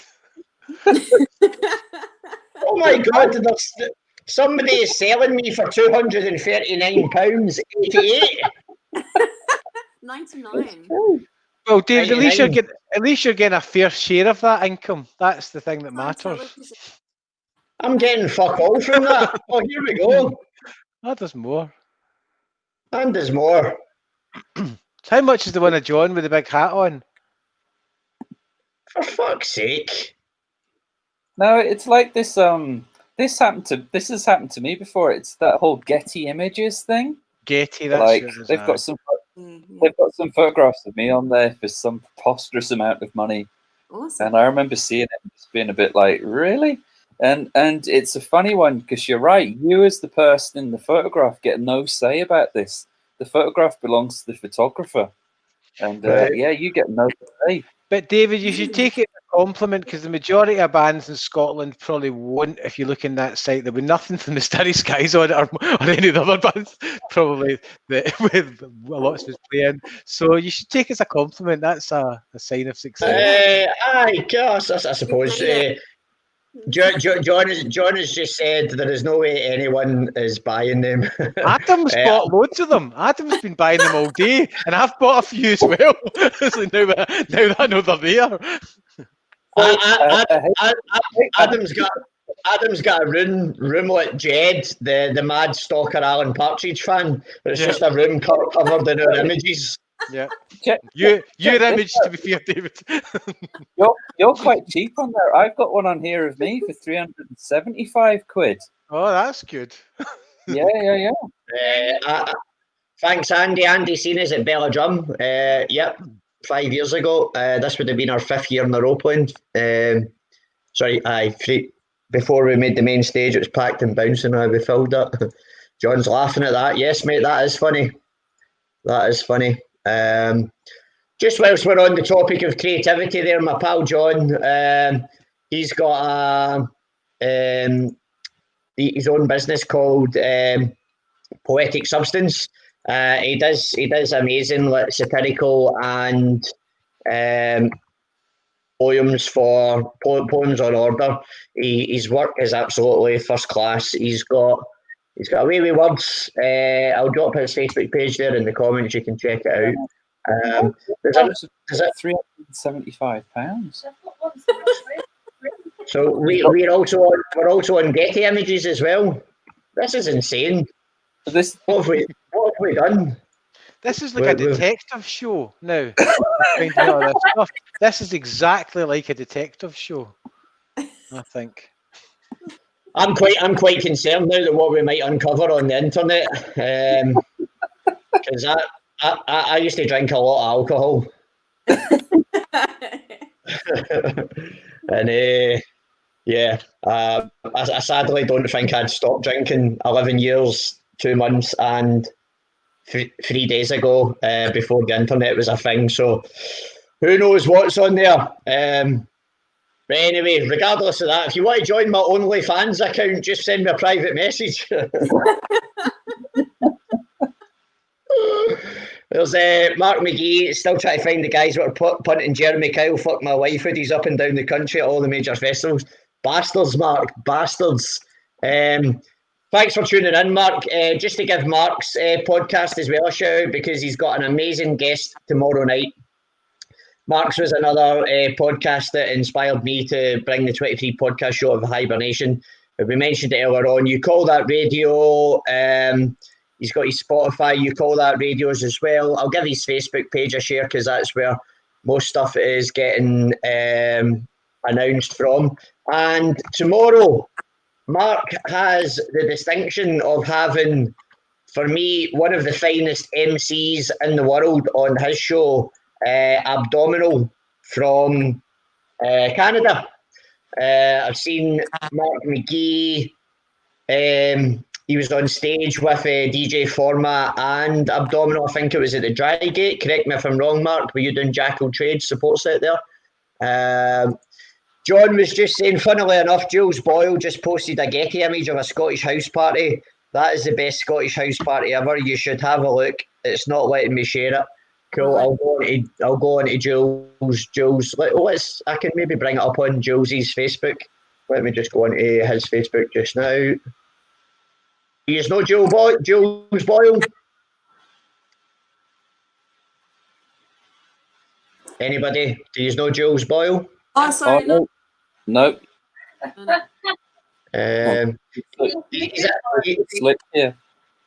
He's a top man. He does journalism for Glasgow Live and the Daily Record and the Sunday Mail. Right, check this out. I found the image. I'm just going to share the screen again. Check this out for a house party.